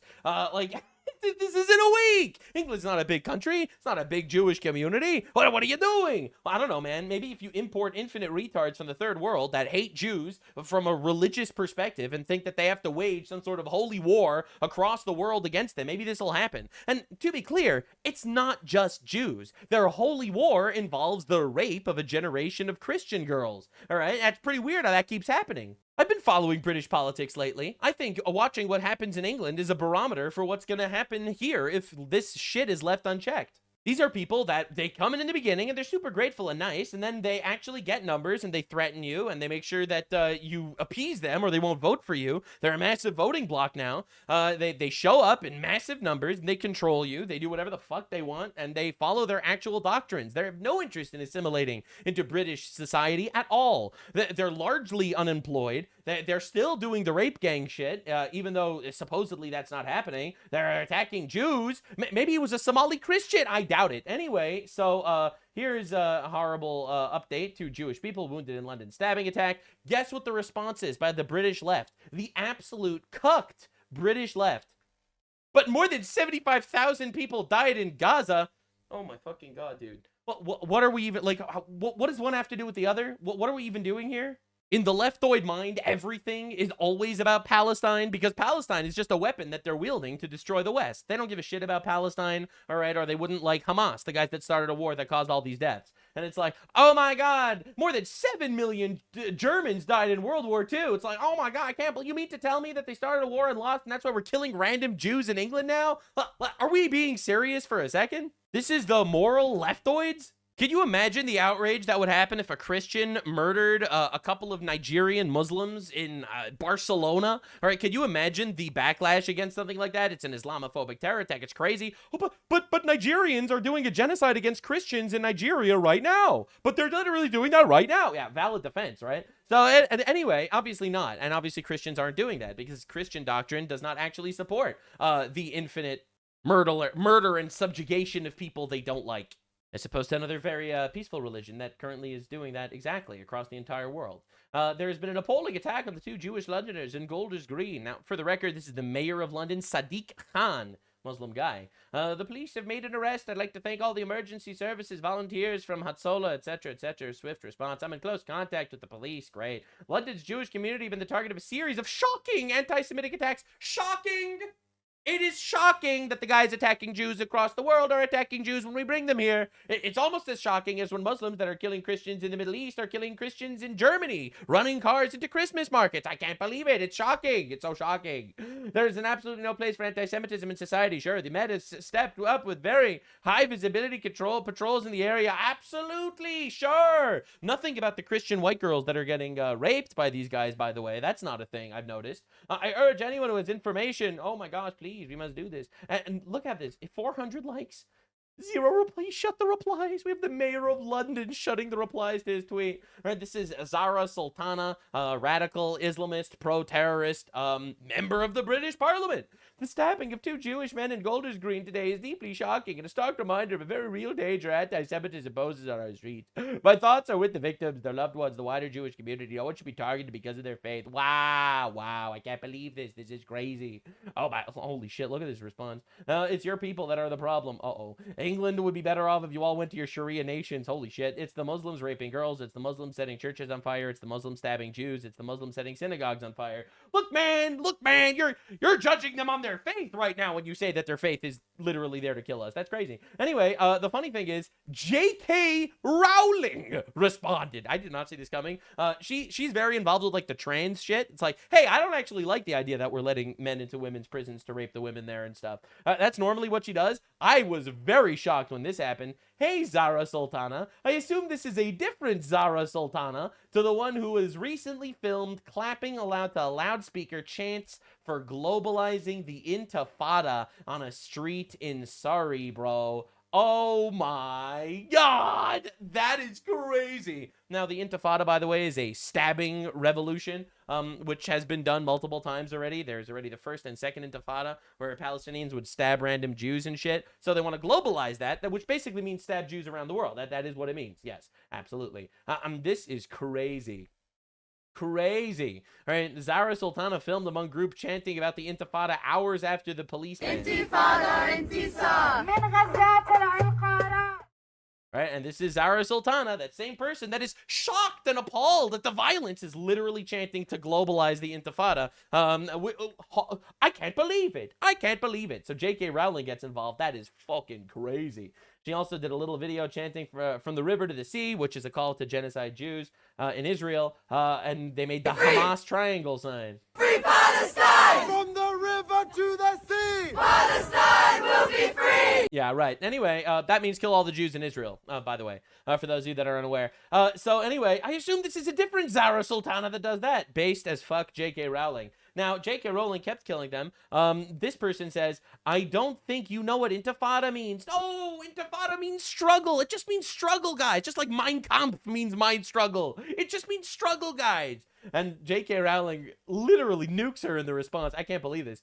You host a show called Useful Idiots, and you don't appear to know what that means either. Oh my God, literally fucking destroyed her, because that is essentially what the left is doing. The left are useful idiots, they're so tolerant and loving, they'll import infinite retards from the third world, largely Muslim countries that are literally claiming that they're coming here to impose Sharia law everywhere, all right, and they'll bring them in to do exactly that. Yes, you are the useful idiots, literally hoping and doing your best to cause the downfall of Western civilization. This is Zach Polanski. He's like the far left Green Party guy, which is pretty great. Recently brought Jewish suffering into the UK in question, implying it's a perception of unsafety. All right. Now, again, no one is surprised about this. All right. The leftist party's like, I'm concerned about the rising anti-Semitic attacks. Now, there's a conversation to be had about whether it's a perception of unsafety or whether it's actual unsafety. Right, so it's a perception of unsafety when they keep stabbing Jews. That's pretty wild. Anyway, what a weird perception. Now, Keir Starmer did his, like, he does this every time. Like, he does, like, one of these videos every single week because there's always another Islamic terror attack in England these days. Well, I've just held a COBRA meeting, bringing together all the relevant partners, including the Home Secretary, the London Mayor, the Metropolitan Commissioner, to coordinate our response. Wow. And to look at enhanced security. I've also spoken to CST. Who did it? Response to what? What happened? There is enhanced funding already in place. We need to increase that to give the level of protection that is needed. But of course... Protection from what? What's the issue here? What, queer Stalin? What is the issue in society? It's our responsibility to coordinate the immediate response here to this appalling attack, to ensure... What attack? Security is... Sure, it happened to the Jews, right, but who did it? I feel like that's arguably the more important thing, because that group is doing it everywhere, and it's not just to Jews. In place. To take other measures, I'm holding... Measures against what?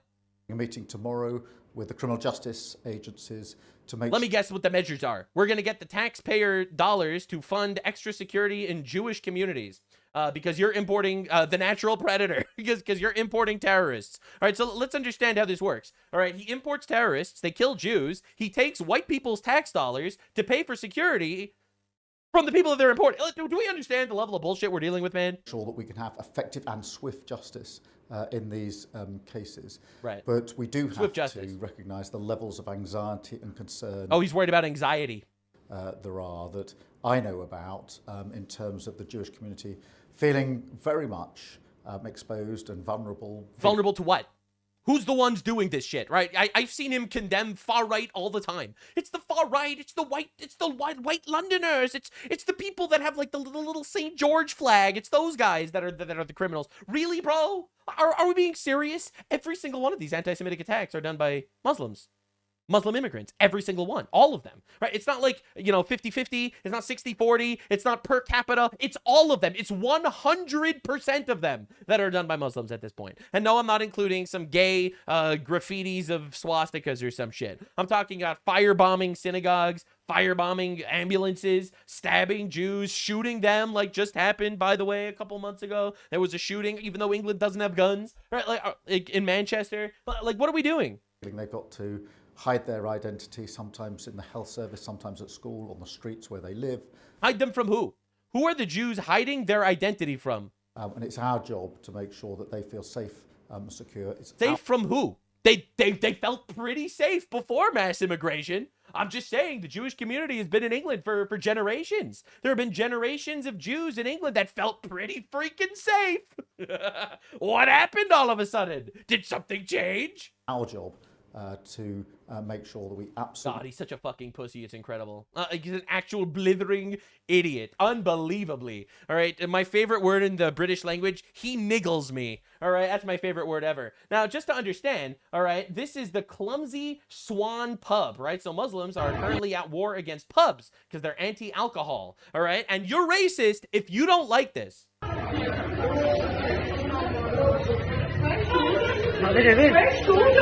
They don't like that he's drinking alcohol because it's haram.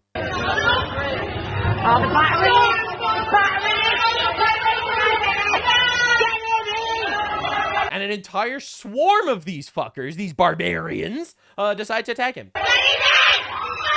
Oh, they even have a Palestine flag. That's so nice. To be fair, terrorism is the major export from Palestine, so I suppose we should respect it for what it is. Video from inside the Clumsy Swan pub shows a Muslim patrol spotting a white man smoking outside. Oh, that's also haram. They yell at him and then swarm and beat him. Yeah, apparently you're racist for not wanting that in your country, by the way. I don't know if you heard the memo. You are actually a racist for not liking that. It's very disturbing to me that Britain is full of Islamists who, at the smallest hint of a riot, will form militias and march through the streets. You're racist if you don't like this, by the way. It's just the culture.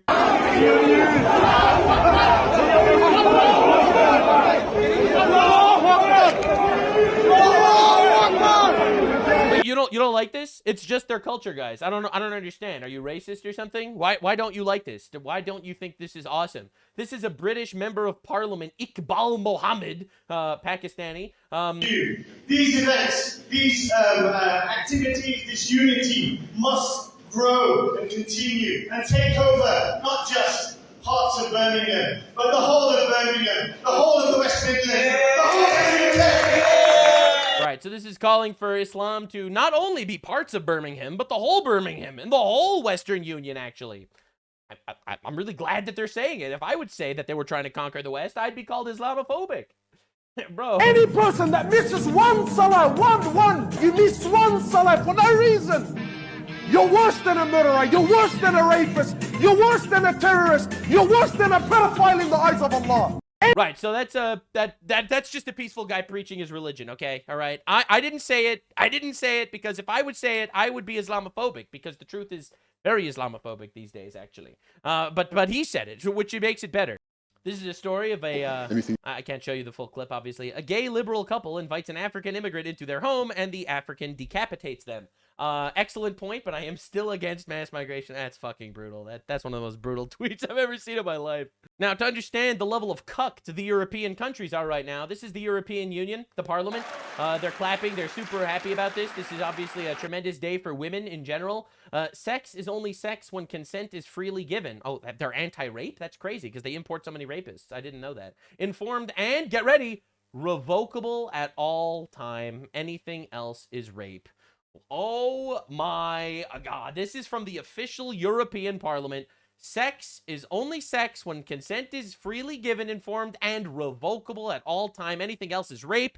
You can revoke consent later and retroactively turn it into rape. Understand, bro. I regret having sex with you, therefore you raped me. Wait, what? You initiated it? I did, but now I regret it. You rapist, and you go to jail. Understand how this works. Understand the absolute traitorous garbage going on in the entire European bullshit countries. All right, I'm not gonna lie, this leftoid shit is insane. Rejected asylum seeker who pushed 16-year-old to her death under a train while she spoke to her grandfather is sentenced to psychiatric care in Germany.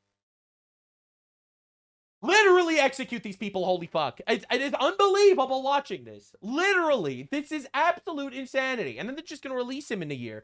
Like this is crazy. How do you wake up to headlines to like this every single day? And like, how do you do this? How do you do this? How are you not Nazis in these countries?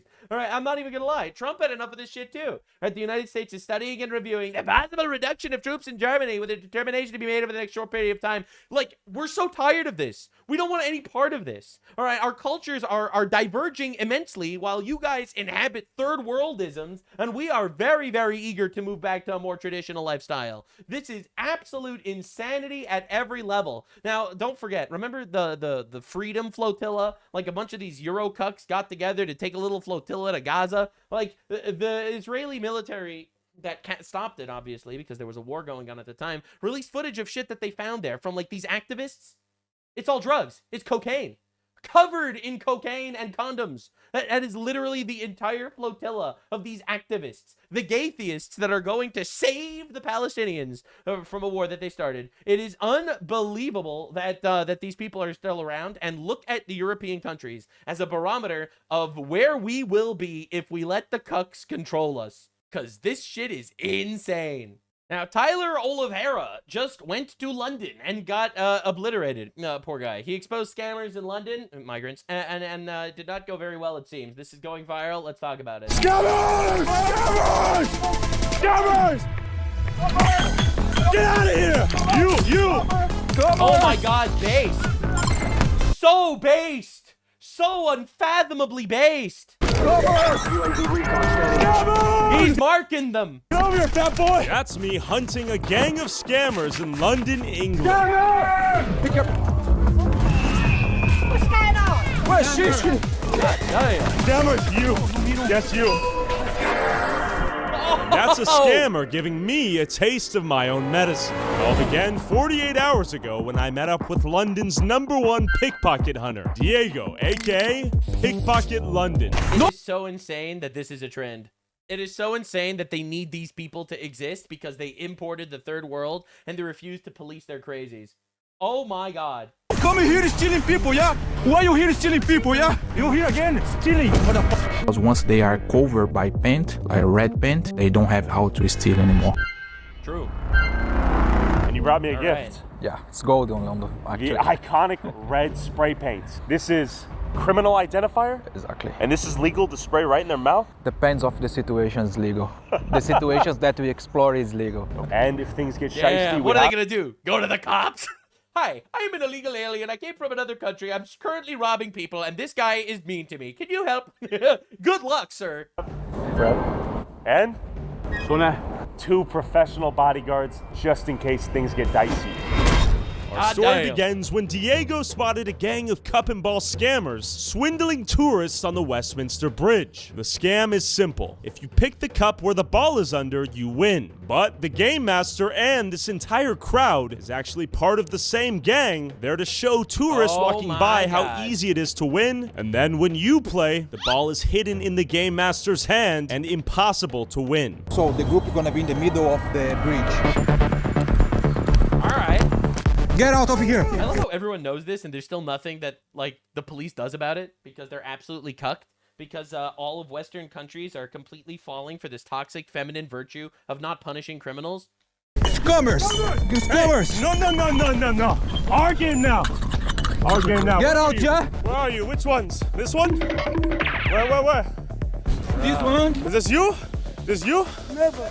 But don't be fooled. Never. This is literally the cup shuffler himself. And amidst the chaos, these rats try to blend into the crowd, and it often works. Okay, right here, this one right here. I'm not gonna lie, tourism in Europe is gonna fall off like by a bajillion % if this keeps going. Look, I love Europe. I've been there many times, many different countries in Europe, and I have like zero interest in going back. I'm not gonna lie, the experience has gotten worse and worse every year. Got a spotter over here. Look at him, this one right here. He's running! He's running! He's running! Where are you running? Where are you running, boy? Thief right here. We got scammer right here. Where are you running? Where are you running? Where are you running? He's gonna get hit by a car. Let's scammers, watch out for the cars. That's scammers. God damn. Too bad. We got their game. Run. He's running. He's gonna get himself killed. Scammer! Scammer! Bro, this dude's doing God's work. I think it's the public publicizing of the fact that we are literally being invaded by barbarians that the governments are not willing to do anything about because they're absolutely feminized bitches. I think that it does so much good. It's unbelievable. Like a rat. All right, there he is. We're coming. Guy running. Where'd he go? We are coming. All right, thanks, mate. Coming to get you. Thank you. All right, where'd he go? Where's the guy running? All right, we gotta keep looking. We got his stuff. We got his goods. Yeah. Anyone see a guy running with a red jacket? Ah, I see. They know the escape routes. That's what I've learned. These guys are so bold, though. They probably just respawned. As Diego led me to the spot, he says these rats are known to hide after being caught red-handed. Diego recognized... It's like, look how up everyone knows about it, and just nothing is done. Nothing is done. This is why we need strong men. We need a generation of strong men that get up. They build a family. They build themselves up. They become successful, and they absolutely fucking... I don't know, man. We're cooked. We're cooked. Don't black pill. Never black pill, all right? We are going to win, man. Nice, one of their veteran spotters. Spot us, you know? Yeah, he's a thief, yeah. Yeah, you trick the people here in the bridge. You, where is your group now? You. Get the police. We need the police.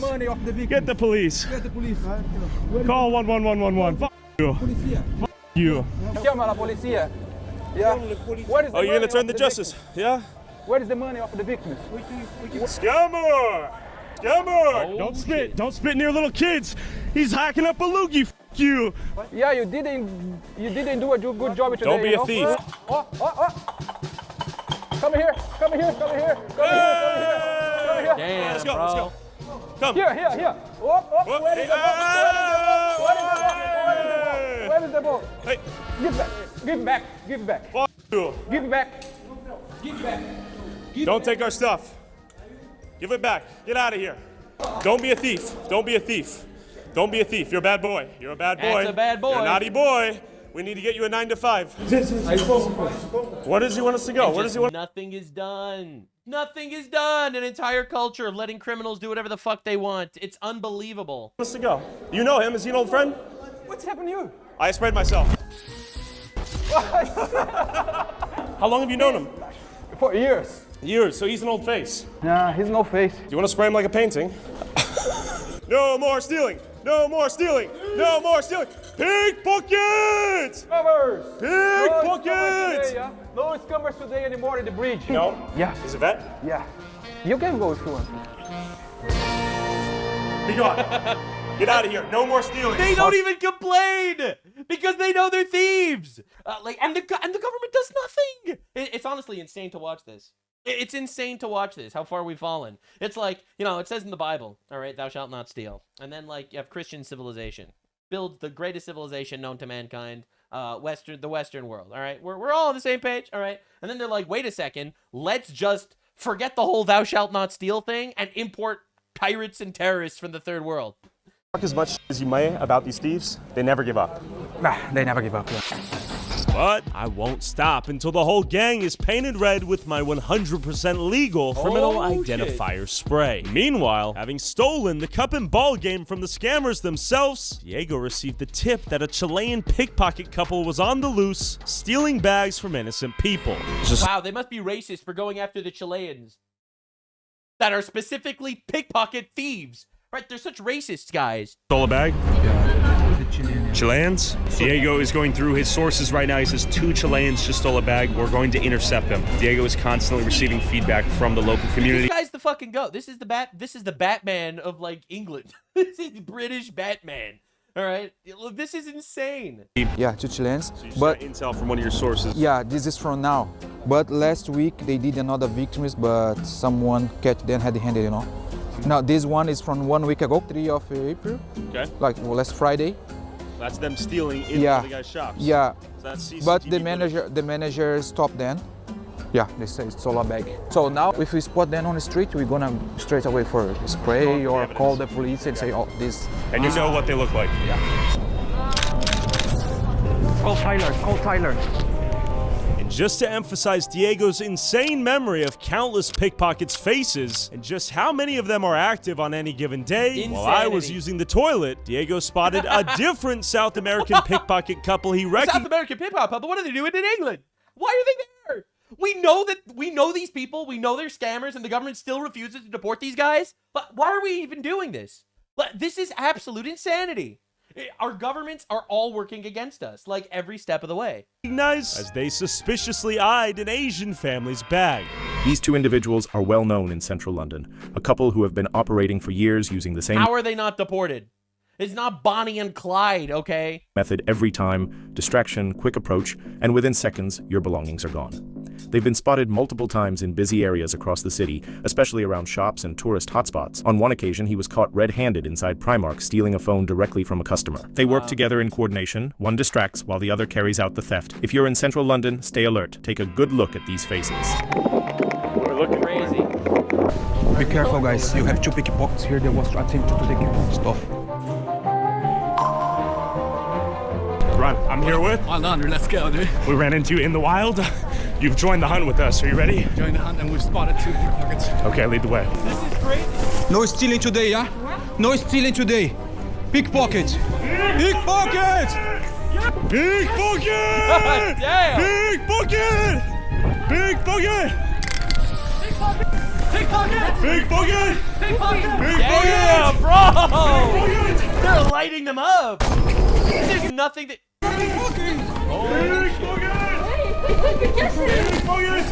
Damn. Well, if this is assault, right? Like they should call the police, unless they can't. You've been absconded. Stay here. But these professional thieves were playing dumb and wouldn't wait for the police. Pickpocket. Stay here. Stay here. Stay here. Stay here. No, for what? You was trying to attempt to the Chinese. Stay here. Pickpocket! We wait here for the police. Stay. Just stay. Just stay. Yeah, crazy. Let's return there. Oh my goodness. But luckily, a bystander stepped in and restrained the thief trying to escape. The goat! The goat! Strong men saving civilization once again. Pickpocket! While his girlfriend began to run. No have nothing. Yeah. Crazy. Yeah, crazy. Let's return there. Why are these people in the country, man? Like they're well-known pickpocketers, and they're just not deported for some reason. Why? Come here. How do they make England better? Explain this to me. Like I'm Pickpocket! Pickpocket! You're gonna come for the police. We have 2 rats right here. Everyone, calm down. Aguanta cá, tu eres carterista, los dos. Relaja. Pickpocket, relax. Go to the floor. Everyone relax. Relax. No more pickpocketing. No more I pickpocketing. love how she says, "I will sue you." Okay, try it. Yeah, So I was stealing shit from people, and they stopped me, and Relax. God, Relax. damn. Relax. Just relax. We're waiting for the authorities. All right, don't choke him out now. Don't kill a guy. All right. You George Floyd, that motherfucker. Porque uma apoia, desgraciada, carterista. Okay, he's got him. You got him. Hey, relax. Calm down. Relax. Okay, so Good Samaritan came in. Hey. Stop. Relax, everyone, relax. Fred, relax. No more stealing. Come back. Lady, why you run? No more pickpocketing. Pickpocket! Hello, how are you? You don't have nothing. You don't have nothing. Hey, my proof. What's up? I need it. Give me proof. Why don't we wait for the authorities? Pickpocket! Miss, why you steal? Why you steal? I'm not stealing nothing. Why you steal? Pickpockets! She's a little slippery, eh? Pickpockets! Hey, come on now. Whoa! Okay, just so she's identified. No more stealing, okay? I'm gonna show you some videos. Gonna show you. You don't have nothing. Llama a la policía. Llamamos a la policía. No tengo nada ni siquiera como para que digan. Encima me pegan como que si yo fuera que delincuente. You're hitting me like I'm a delinquent. You are a delinquent. Tú eres delincuente. You are, bro. Sorry, I need the police, please. Pickpockets! Security, we got a pickpocket. Can you help? You want to? Okay. No, he just gives him a thumbs up. Want to get involved? Well, this is. Are you serious? Why the issue's as bad as it is. My guy, what are we doing? And the police like smiles at him, like obviously he wants him to beat the shit out of him, which I don't support. But like, bro, what are we doing? What are we doing with our civilization, our culture? It's dying because you people have submitted to these idiots. Are you retiring for the night? Pickpocket! Yay! All right. The people love him. Strong men saving our generation, honestly. The people stand with justice. Of course. How long have you been on the grind? You and your... That's assault? She got me in the face. Why are you hitting me in the face like that? Huh? Why are you hitting me in the face?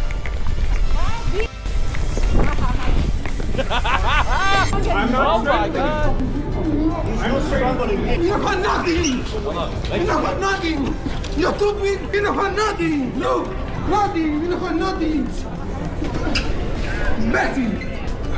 Oh my God, he's so mad when he has consequences to his actions. This is horrible. Y tú, maldito desgraciado, que porque soy latino, que chucha me Oh, it's because I'm a Latino! You're racist, man. They're really trying everything. Yo soy latino también, tonto. I am a Latino as well. Yo soy latino, tonto. Chuto. Yo soy, I'm from South Latino. No, you are thief. You are a thief. You are a thief. You are a thief. You are a thief. Denuncia. Sorry. Okay, well, she hit me in the face there. She got me pretty good, but I'm a nice guy. Turning back. Big pocket, guys. Okay, well, why you attack me then? Just because you're not good at it doesn't mean you weren't trying. Bro. Be gone. Pickpocket. She's throwing some flying kicks, though, I gotta say. Pickpocket. Right here. The red woman. Oh, it is. Oh my God, it's one of those videos. We love that. You're in one of them. She got me. She popped me. I love it. The people are so tired of this shit. It's unbelievable. And they're still emotionally manipulated to vote for the leftist policies that allow this to happen. It is unreal watching this. We love you too. How are you? How's it going, guys? Have a great day. There's her mans. There they are. There they both are. Ah, true love. The couple, the pickpocket couple. Well, the pickpocket couple. And the police didn't show up during all this. Bonded over their newly painted faces, sheer lack of shame, and love of theft. The police were nowhere to be found. That's crazy. That's absolute. This is like a street fight and everything. They even called the police. This is shocking. Get out of here. Are you crazy, stupid? Get out of here, man. Pickpocket. All right, these two right here, they're on the run. We're getting the middle finger. She had those nice nails. Now they're painted red. Pickpocket. Woo! Fuck you, motherfucker. Don't you ever spit a nasty loogie at me. Pickpocket! Did she get me? Oh, he got me with the loogie. Disgusting. I might have AIDS now. While the locals joined in on our shaming ritual, the thieves began using trash as ammunition. Pickpockets! These two right here. Pickpockets! Pickpockets! You money, me no have nothing. Pickpockets! Policing, identifying, spraying. Oh, yeah. Watch out for... Oh. Man. Uh-oh, don't do it. Oh, disgusting. She's using trash as her weaponry. With the police still nowhere in sight, I can't believe this Fred is not... hopped on a bike to regroup. I can't believe the police aren't around. I mean, I guess of course I believe it. But, like, it's shocking to witness, you know? It's shocking to witness. Then it's like, I am shocked and appalled that such a thing would take place, says queer Stalin, Emperor of Britain. It's crazy watching this to happen with absolutely zero response. You can't have a functioning society if you don't have law and order. This is crazy. Group with me after realizing I was with the two pickpockets. I sent, what did you throw? A Red Bull? Come on, I love Red Bull. Here's the modern day Romeo and Juliet. Pickpockets! Modern day Romeo and Juliet. I think he meant Bonnie and Clyde. I don't think he meant the suicidal couple. What can he say? Ah, he keeps doing a little pump fake. ¿Qué es tu problema, puta? Gordita and gordito. We have backup. Look. Our knights in shiny armor. Look who arrived. Pickpockets! They show their love for one another despite all the challenges. It is a modern day Romeo and Juliet. Yeah. What? ¿Qué es tu problema? No more stealing. You. No more stealing. Get out of here. Don't do it. Just wait for the police. Oh! Yeah, let's not post assault on YouTube. Hey, stop. Get off the Porsche. Yeah, stop. Oh my God. YouTube won't let me show you the chaos that happens next, so go subscribe to TylerRod.com for $5 a month to watch the uncensored version of this video, get early access to all of these videos, and watch bonus content I can't upload on YouTube. Wait for the police. Stop, stop, friends, stop, restraint. Friends, stop, restraint. Wait for the police. She stabbed me with the clippers. She stabbed you. Yeah, she stabbed me with the clippers, bro. All right. What the fuck? Just stand back. Just wait. Let him go. Let him go. The police are nowhere to be found. You got stabbed? Yeah. You legit got stabbed? Leave him. Let him go, man. Wow. No police? Nothing? Zero? How you can't have a functioning society like this. You literally cannot have a functioning society without basic law and order. And this is happening everywhere. Everywhere across the West, and they're manipulating your empathy to make believe that this is normal. It's not normal. That was very violent. She got her clippers out and started stabbing Fred, and Fred did not hold back, to say the least. Listen, I don't condone violence against women, but wow. After a fight, look, man, if you're gonna vote for gender equality, we'll beat the shit out of you if you try to stab us. I'm sorry, that's my stance. Broke out between my security and these thieves, the police finally took them into custody. So we came back the next day, only for Diego to spot another pair of rats plotting a theft. But real quick, before we hunt more pickpockets, I want to thank the sponsor of this video, Revolut. Whether you're all right, let's go. I'm happy he's getting sponsors. This is wild, dude. Transgender political rally, we got people handing out smiles. Oh, great, let's go. Stickers. The pedophile community came together to fight for something important. And tons of tourists. The bridge will be busy. This two here. What's your plan here today, bro? Pickpocketing people. We got pickpockets? Yeah. Your plan here is pickpocket people today? No? What you doing we here? have some familiar faces. Diego, you know these guys? I know them. It is busy today. We're not even going to be able to move. It's a perfect time for them to escape if they wanted to. Pickpockets! Pickpockets! Are you going to stop stealing today? You promise? Look at me in the eyes. Bro just admitted it? Promise. I'll leave you alone. You're going to stop stealing today. Look it in the camera and say it. You're going to stop stealing? And you're going to get a 9 to 5 at Tesco. Like a good boy? Okay. Pickpockets! These two right here. Tighten your purse, clutch your belt. Pickpockets! No denial even. No, I'm not even a pickpocket, just straight absorbing the damage. Yeah, he just admits it on camera. He's no consequences. He's not gonna get deported. It's kind of crazy how it's like a lot of immigrants that do this stuff. Weird, huh? Weird that they bring them into the country and then they steal from you? I can't believe it. What? You mean they're not here to make England a better place? Right here. Oh, the white shoes. The criminal identifier has been used. The red shoes means he's a thief. Where are they headed? Pay your fare. Pay your fare. Okay, he paid. He paid for once in his life. If he continues down this career path, he will pay very dearly, I suspect. Pickpockets! Right here, these two. Yep.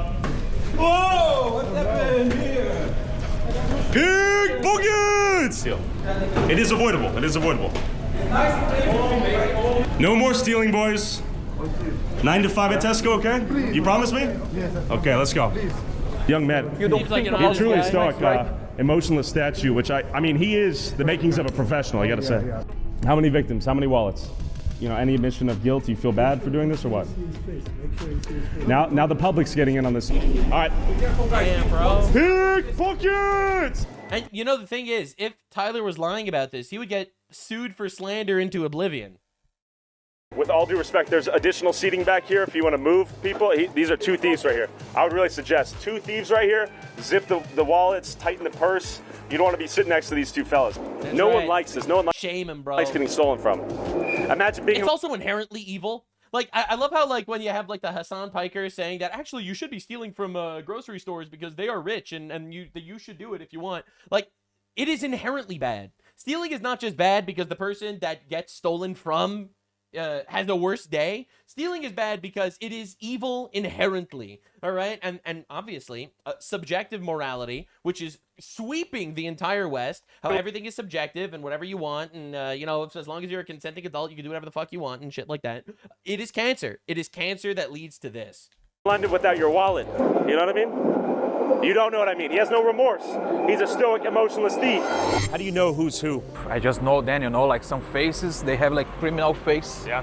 God damn. Sometimes I just like, listen, I'm not racist, but Somalis? Like cross one person, I say, oh, it's not like, for me, suspicious, you know, the way that they do the things, like a Their just body language, this kind of stuff. Do we have an epidemic of pregnant women out here too? Oh, yeah. A lot of different skins, you know. What's the most recent scheme you've noticed? Usually the gypsies ones, like Romanians, Bulgarians ones. What do they typically steal? Wallets, phones? Wherever they have opportunity, valuable things, you know, they steal. But usually like luggage, wallet, mobile, computer. And has anyone ever tried to stab, shoot, or punch you? Punch sometimes, like mainly when you go for men, you know. Natural, they will be more violent. Sure. They try to defend themselves. And I see your eyes darting back and forth. What are you looking for right now? Mainly here, you know, it's a little bit crowded. Start to be more busy, you know. The parade is gonna finish soon. And I noticed you were wearing, can I show? Or is that a secret? I don't tell anybody that I use it. Okay, so you have some stab-proof vests on. Yeah. Makes sense. Are things that serious out here? It's happened. Just a precautionary? Precautionary. As Someone I had. said it was just a stabbing in London yesterday. Don't get too shocked. Stab you? No. No? Never. How many informants like him do you have on the streets? I have like a lot, you know. People that work in shops, securities, taxi drivers, delivery riders, everyone drop message all day. You know, they text. Wow. Vocês são delivery? Estão passeando aí hoje? I thought he was about to get pickpocketed just now, but no, as a friendly guy, just thanking him for the work he does, because he really is a real-life superhero. Vamos tentar pegar alguém aí hoje. Damn, bro. Diego, you're saying bags like that are perfect stealing opportunities? The people are distracting, taking pictures, and the guy take advantage. So pickpockets will take photos of bags on the ground like that and say like, hey, here's an easy lick. Yeah. Okay, don't leave your bags on the ground like that. And after a long day of patrolling known pickpocket hotspots, Diego got another tip from his pickpocket hotline. Dude, here we go. All right. Here we You go. got a This tip? guy, you know, yeah. It's crazy that this The is white so ray, what common. did he do? What did he do? He just targeting people. I think the guys know. Like, do you realize how simple it would be? Like, if we know that these are pickpockets, they would just immediately get deported. Their passports would be noted by the authorities. They would never be allowed let back into the country. Like, could you imagine how that would solve like so much anguish? Like, just think it's so simple, but they refuse to do it because they have empathy for the criminals. All right, Diego's found a guy.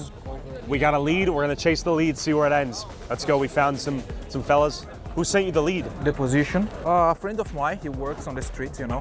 He's definitely a pickpocket. A thief. Yeah. Let's chase our guy. All right, Diego's sniffing the trail right now. We see something. We're on the move. We're gonna be discreet, but we're focused. We're locked in. Let's see if we get it. He's on the trail. He's on the trail. We gotta move with intention. Diego's feeling it. He's feeling it. He's coming out. He's coming out. Okay, he's coming out. Hey, Oh boy. He's coming out. Here we go. Okay. All right. Yeah. With your white cap. I see him. French. Yeah, I see him. I see him. Yeah. He's leaving. Are we sure it's him? Yeah. No. I mean, let he take action. If he cannot Right, take put the action. camera on. Put the camera on. Yeah, you got him. You got him. Snipes a little shot. There we see him. Do you know this guy's face?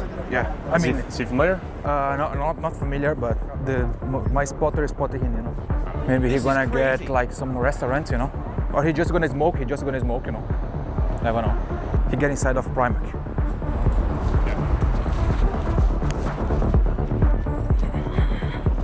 He gonna steal bags.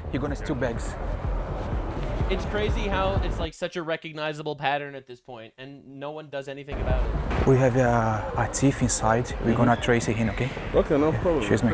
Let him grab. Why are they not involved? Hello? Once we spot him, grab some bags. We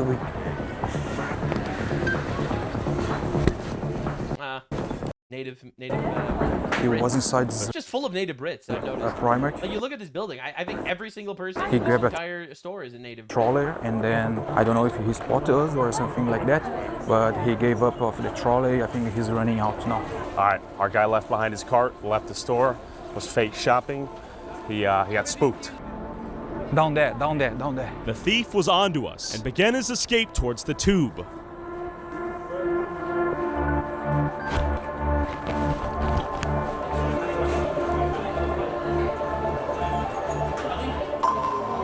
Oh shit. What? What? Talking to me? Why are you talking to me? Why are you talking to me? Huh? Looking for You talking to me? Yes. What are you talking about? You wait for it. Don't touch the camera. Huh? Don't touch it. Excuse me? You police? You police? Why are you talking to me like that? You police? Sorry. Back up a little bit. Back up. Get the out of here, all right? Back. Don't play these games. Don't play these games. Bro? I'm gonna turn you into one of my French girls. Hey, stop. No. I told you. Thank you. Get out of here. Get out of here. What are you doing? Why are you touching our stuff? Wait for force. Back up. I didn't touch you. Wait. Why you smacked our camera? You keep going. You'll notice I haven't even called this guy pickpocket once. Yet he's denied being one multiple times. Weird. Maybe so he weird. does have a conscience. I was trailing this guy. Yeah, sure, absolutely. Just to see where he's headed. He goes, well, you followed me. Then things got handsy. I think the police should be called. It's me, pickpocket, me. I never said that. Stand back. Probably. Me, Probably. But I never said anything. Like, call police, no problem. You should. You're good? Yes. Let's shake on it then. You're not going to be a thief anymore? Come over here. Come on. Move on. Are you going to go on the subway or what? No good for me, please. Just keep going. Just get on your subway. Don't be a vagabond. Don't be a thug. Okay, sorry. Okay, you force mister. Understand? I understand you hit my property and you need to stop. Me pickpocket? Huh? Sorry, me pickpocket? No one said that. Sorry. You probably are, but no one said that. Probably. I never said you were. Sorry. Tell me about that guy. We know him from the streets. He's one of your characters? Yeah, we are following him. Just wait for he like feeling. They're so powerful. They're so powerful. They could just sit there and hit your camera and hit your shit and attack you and say you're falsely claiming that they're doing things and you're like completely powerless. Properly. I never met him before. Yeah. Like my friends have spotted him. I see. So your friends who also are on the lookout, they know his face. So what he got most offended by was not the punch in the face, but when he got called pickpocket afterwards. What were the biggest things you looked for there? Just his overall body language, how he's casing people out? What did you see? Yeah, as we saw them before, he like look into people, like who look into pockets, mobile at the hand. Once the people put the mobile in the pocket, he goes for the mobile. He get inside of the stores, he get the trolley, he go for bags when the people are changing or something like that. They put the bags in the troller, like then run away. And only a couple hours later, another thief was spotted on Diego's radar. How is this a thing? That they could find like 10 of them in one day? Black beret, blue backpack, okay. Okay, I'm just gonna watch him from outside. Yeah, we can see him, right? He's definitely... He's in that store. He was in that restaurant. He was bumping into the chicks and whatnot too. Those girls in there, they were all weirded out. He was moving fishy. Come over here though. Come over here. I can see him. Yeah, I can see him. This guy's a fucking little bastard. Just look at me, friend. No, he can't see. He's got back to him. Where'd he go? Oh, there he is.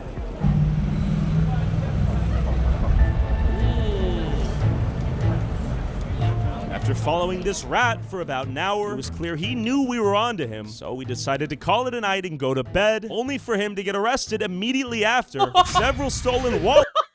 No shot! It's in his possession. With Diego's no shot! That's crazy! last thief apprehended, we decided it was time to finish what we started and go back to the Westminster wild. Bridge to see if the same scammer gang we met 2 days ago was dumb enough to show up again. See these guys? They're setting up shop. These guys are playing the game. Shall we paint them red? 100%. One last painting? One more.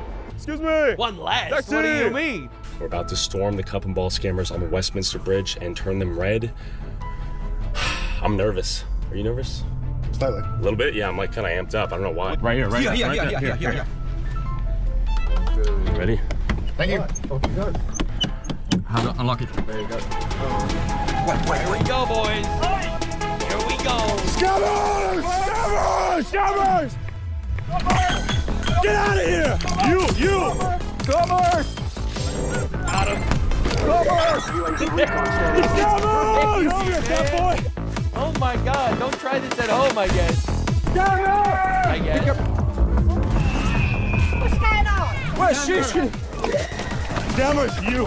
Yes, you! Ah, he brought his own!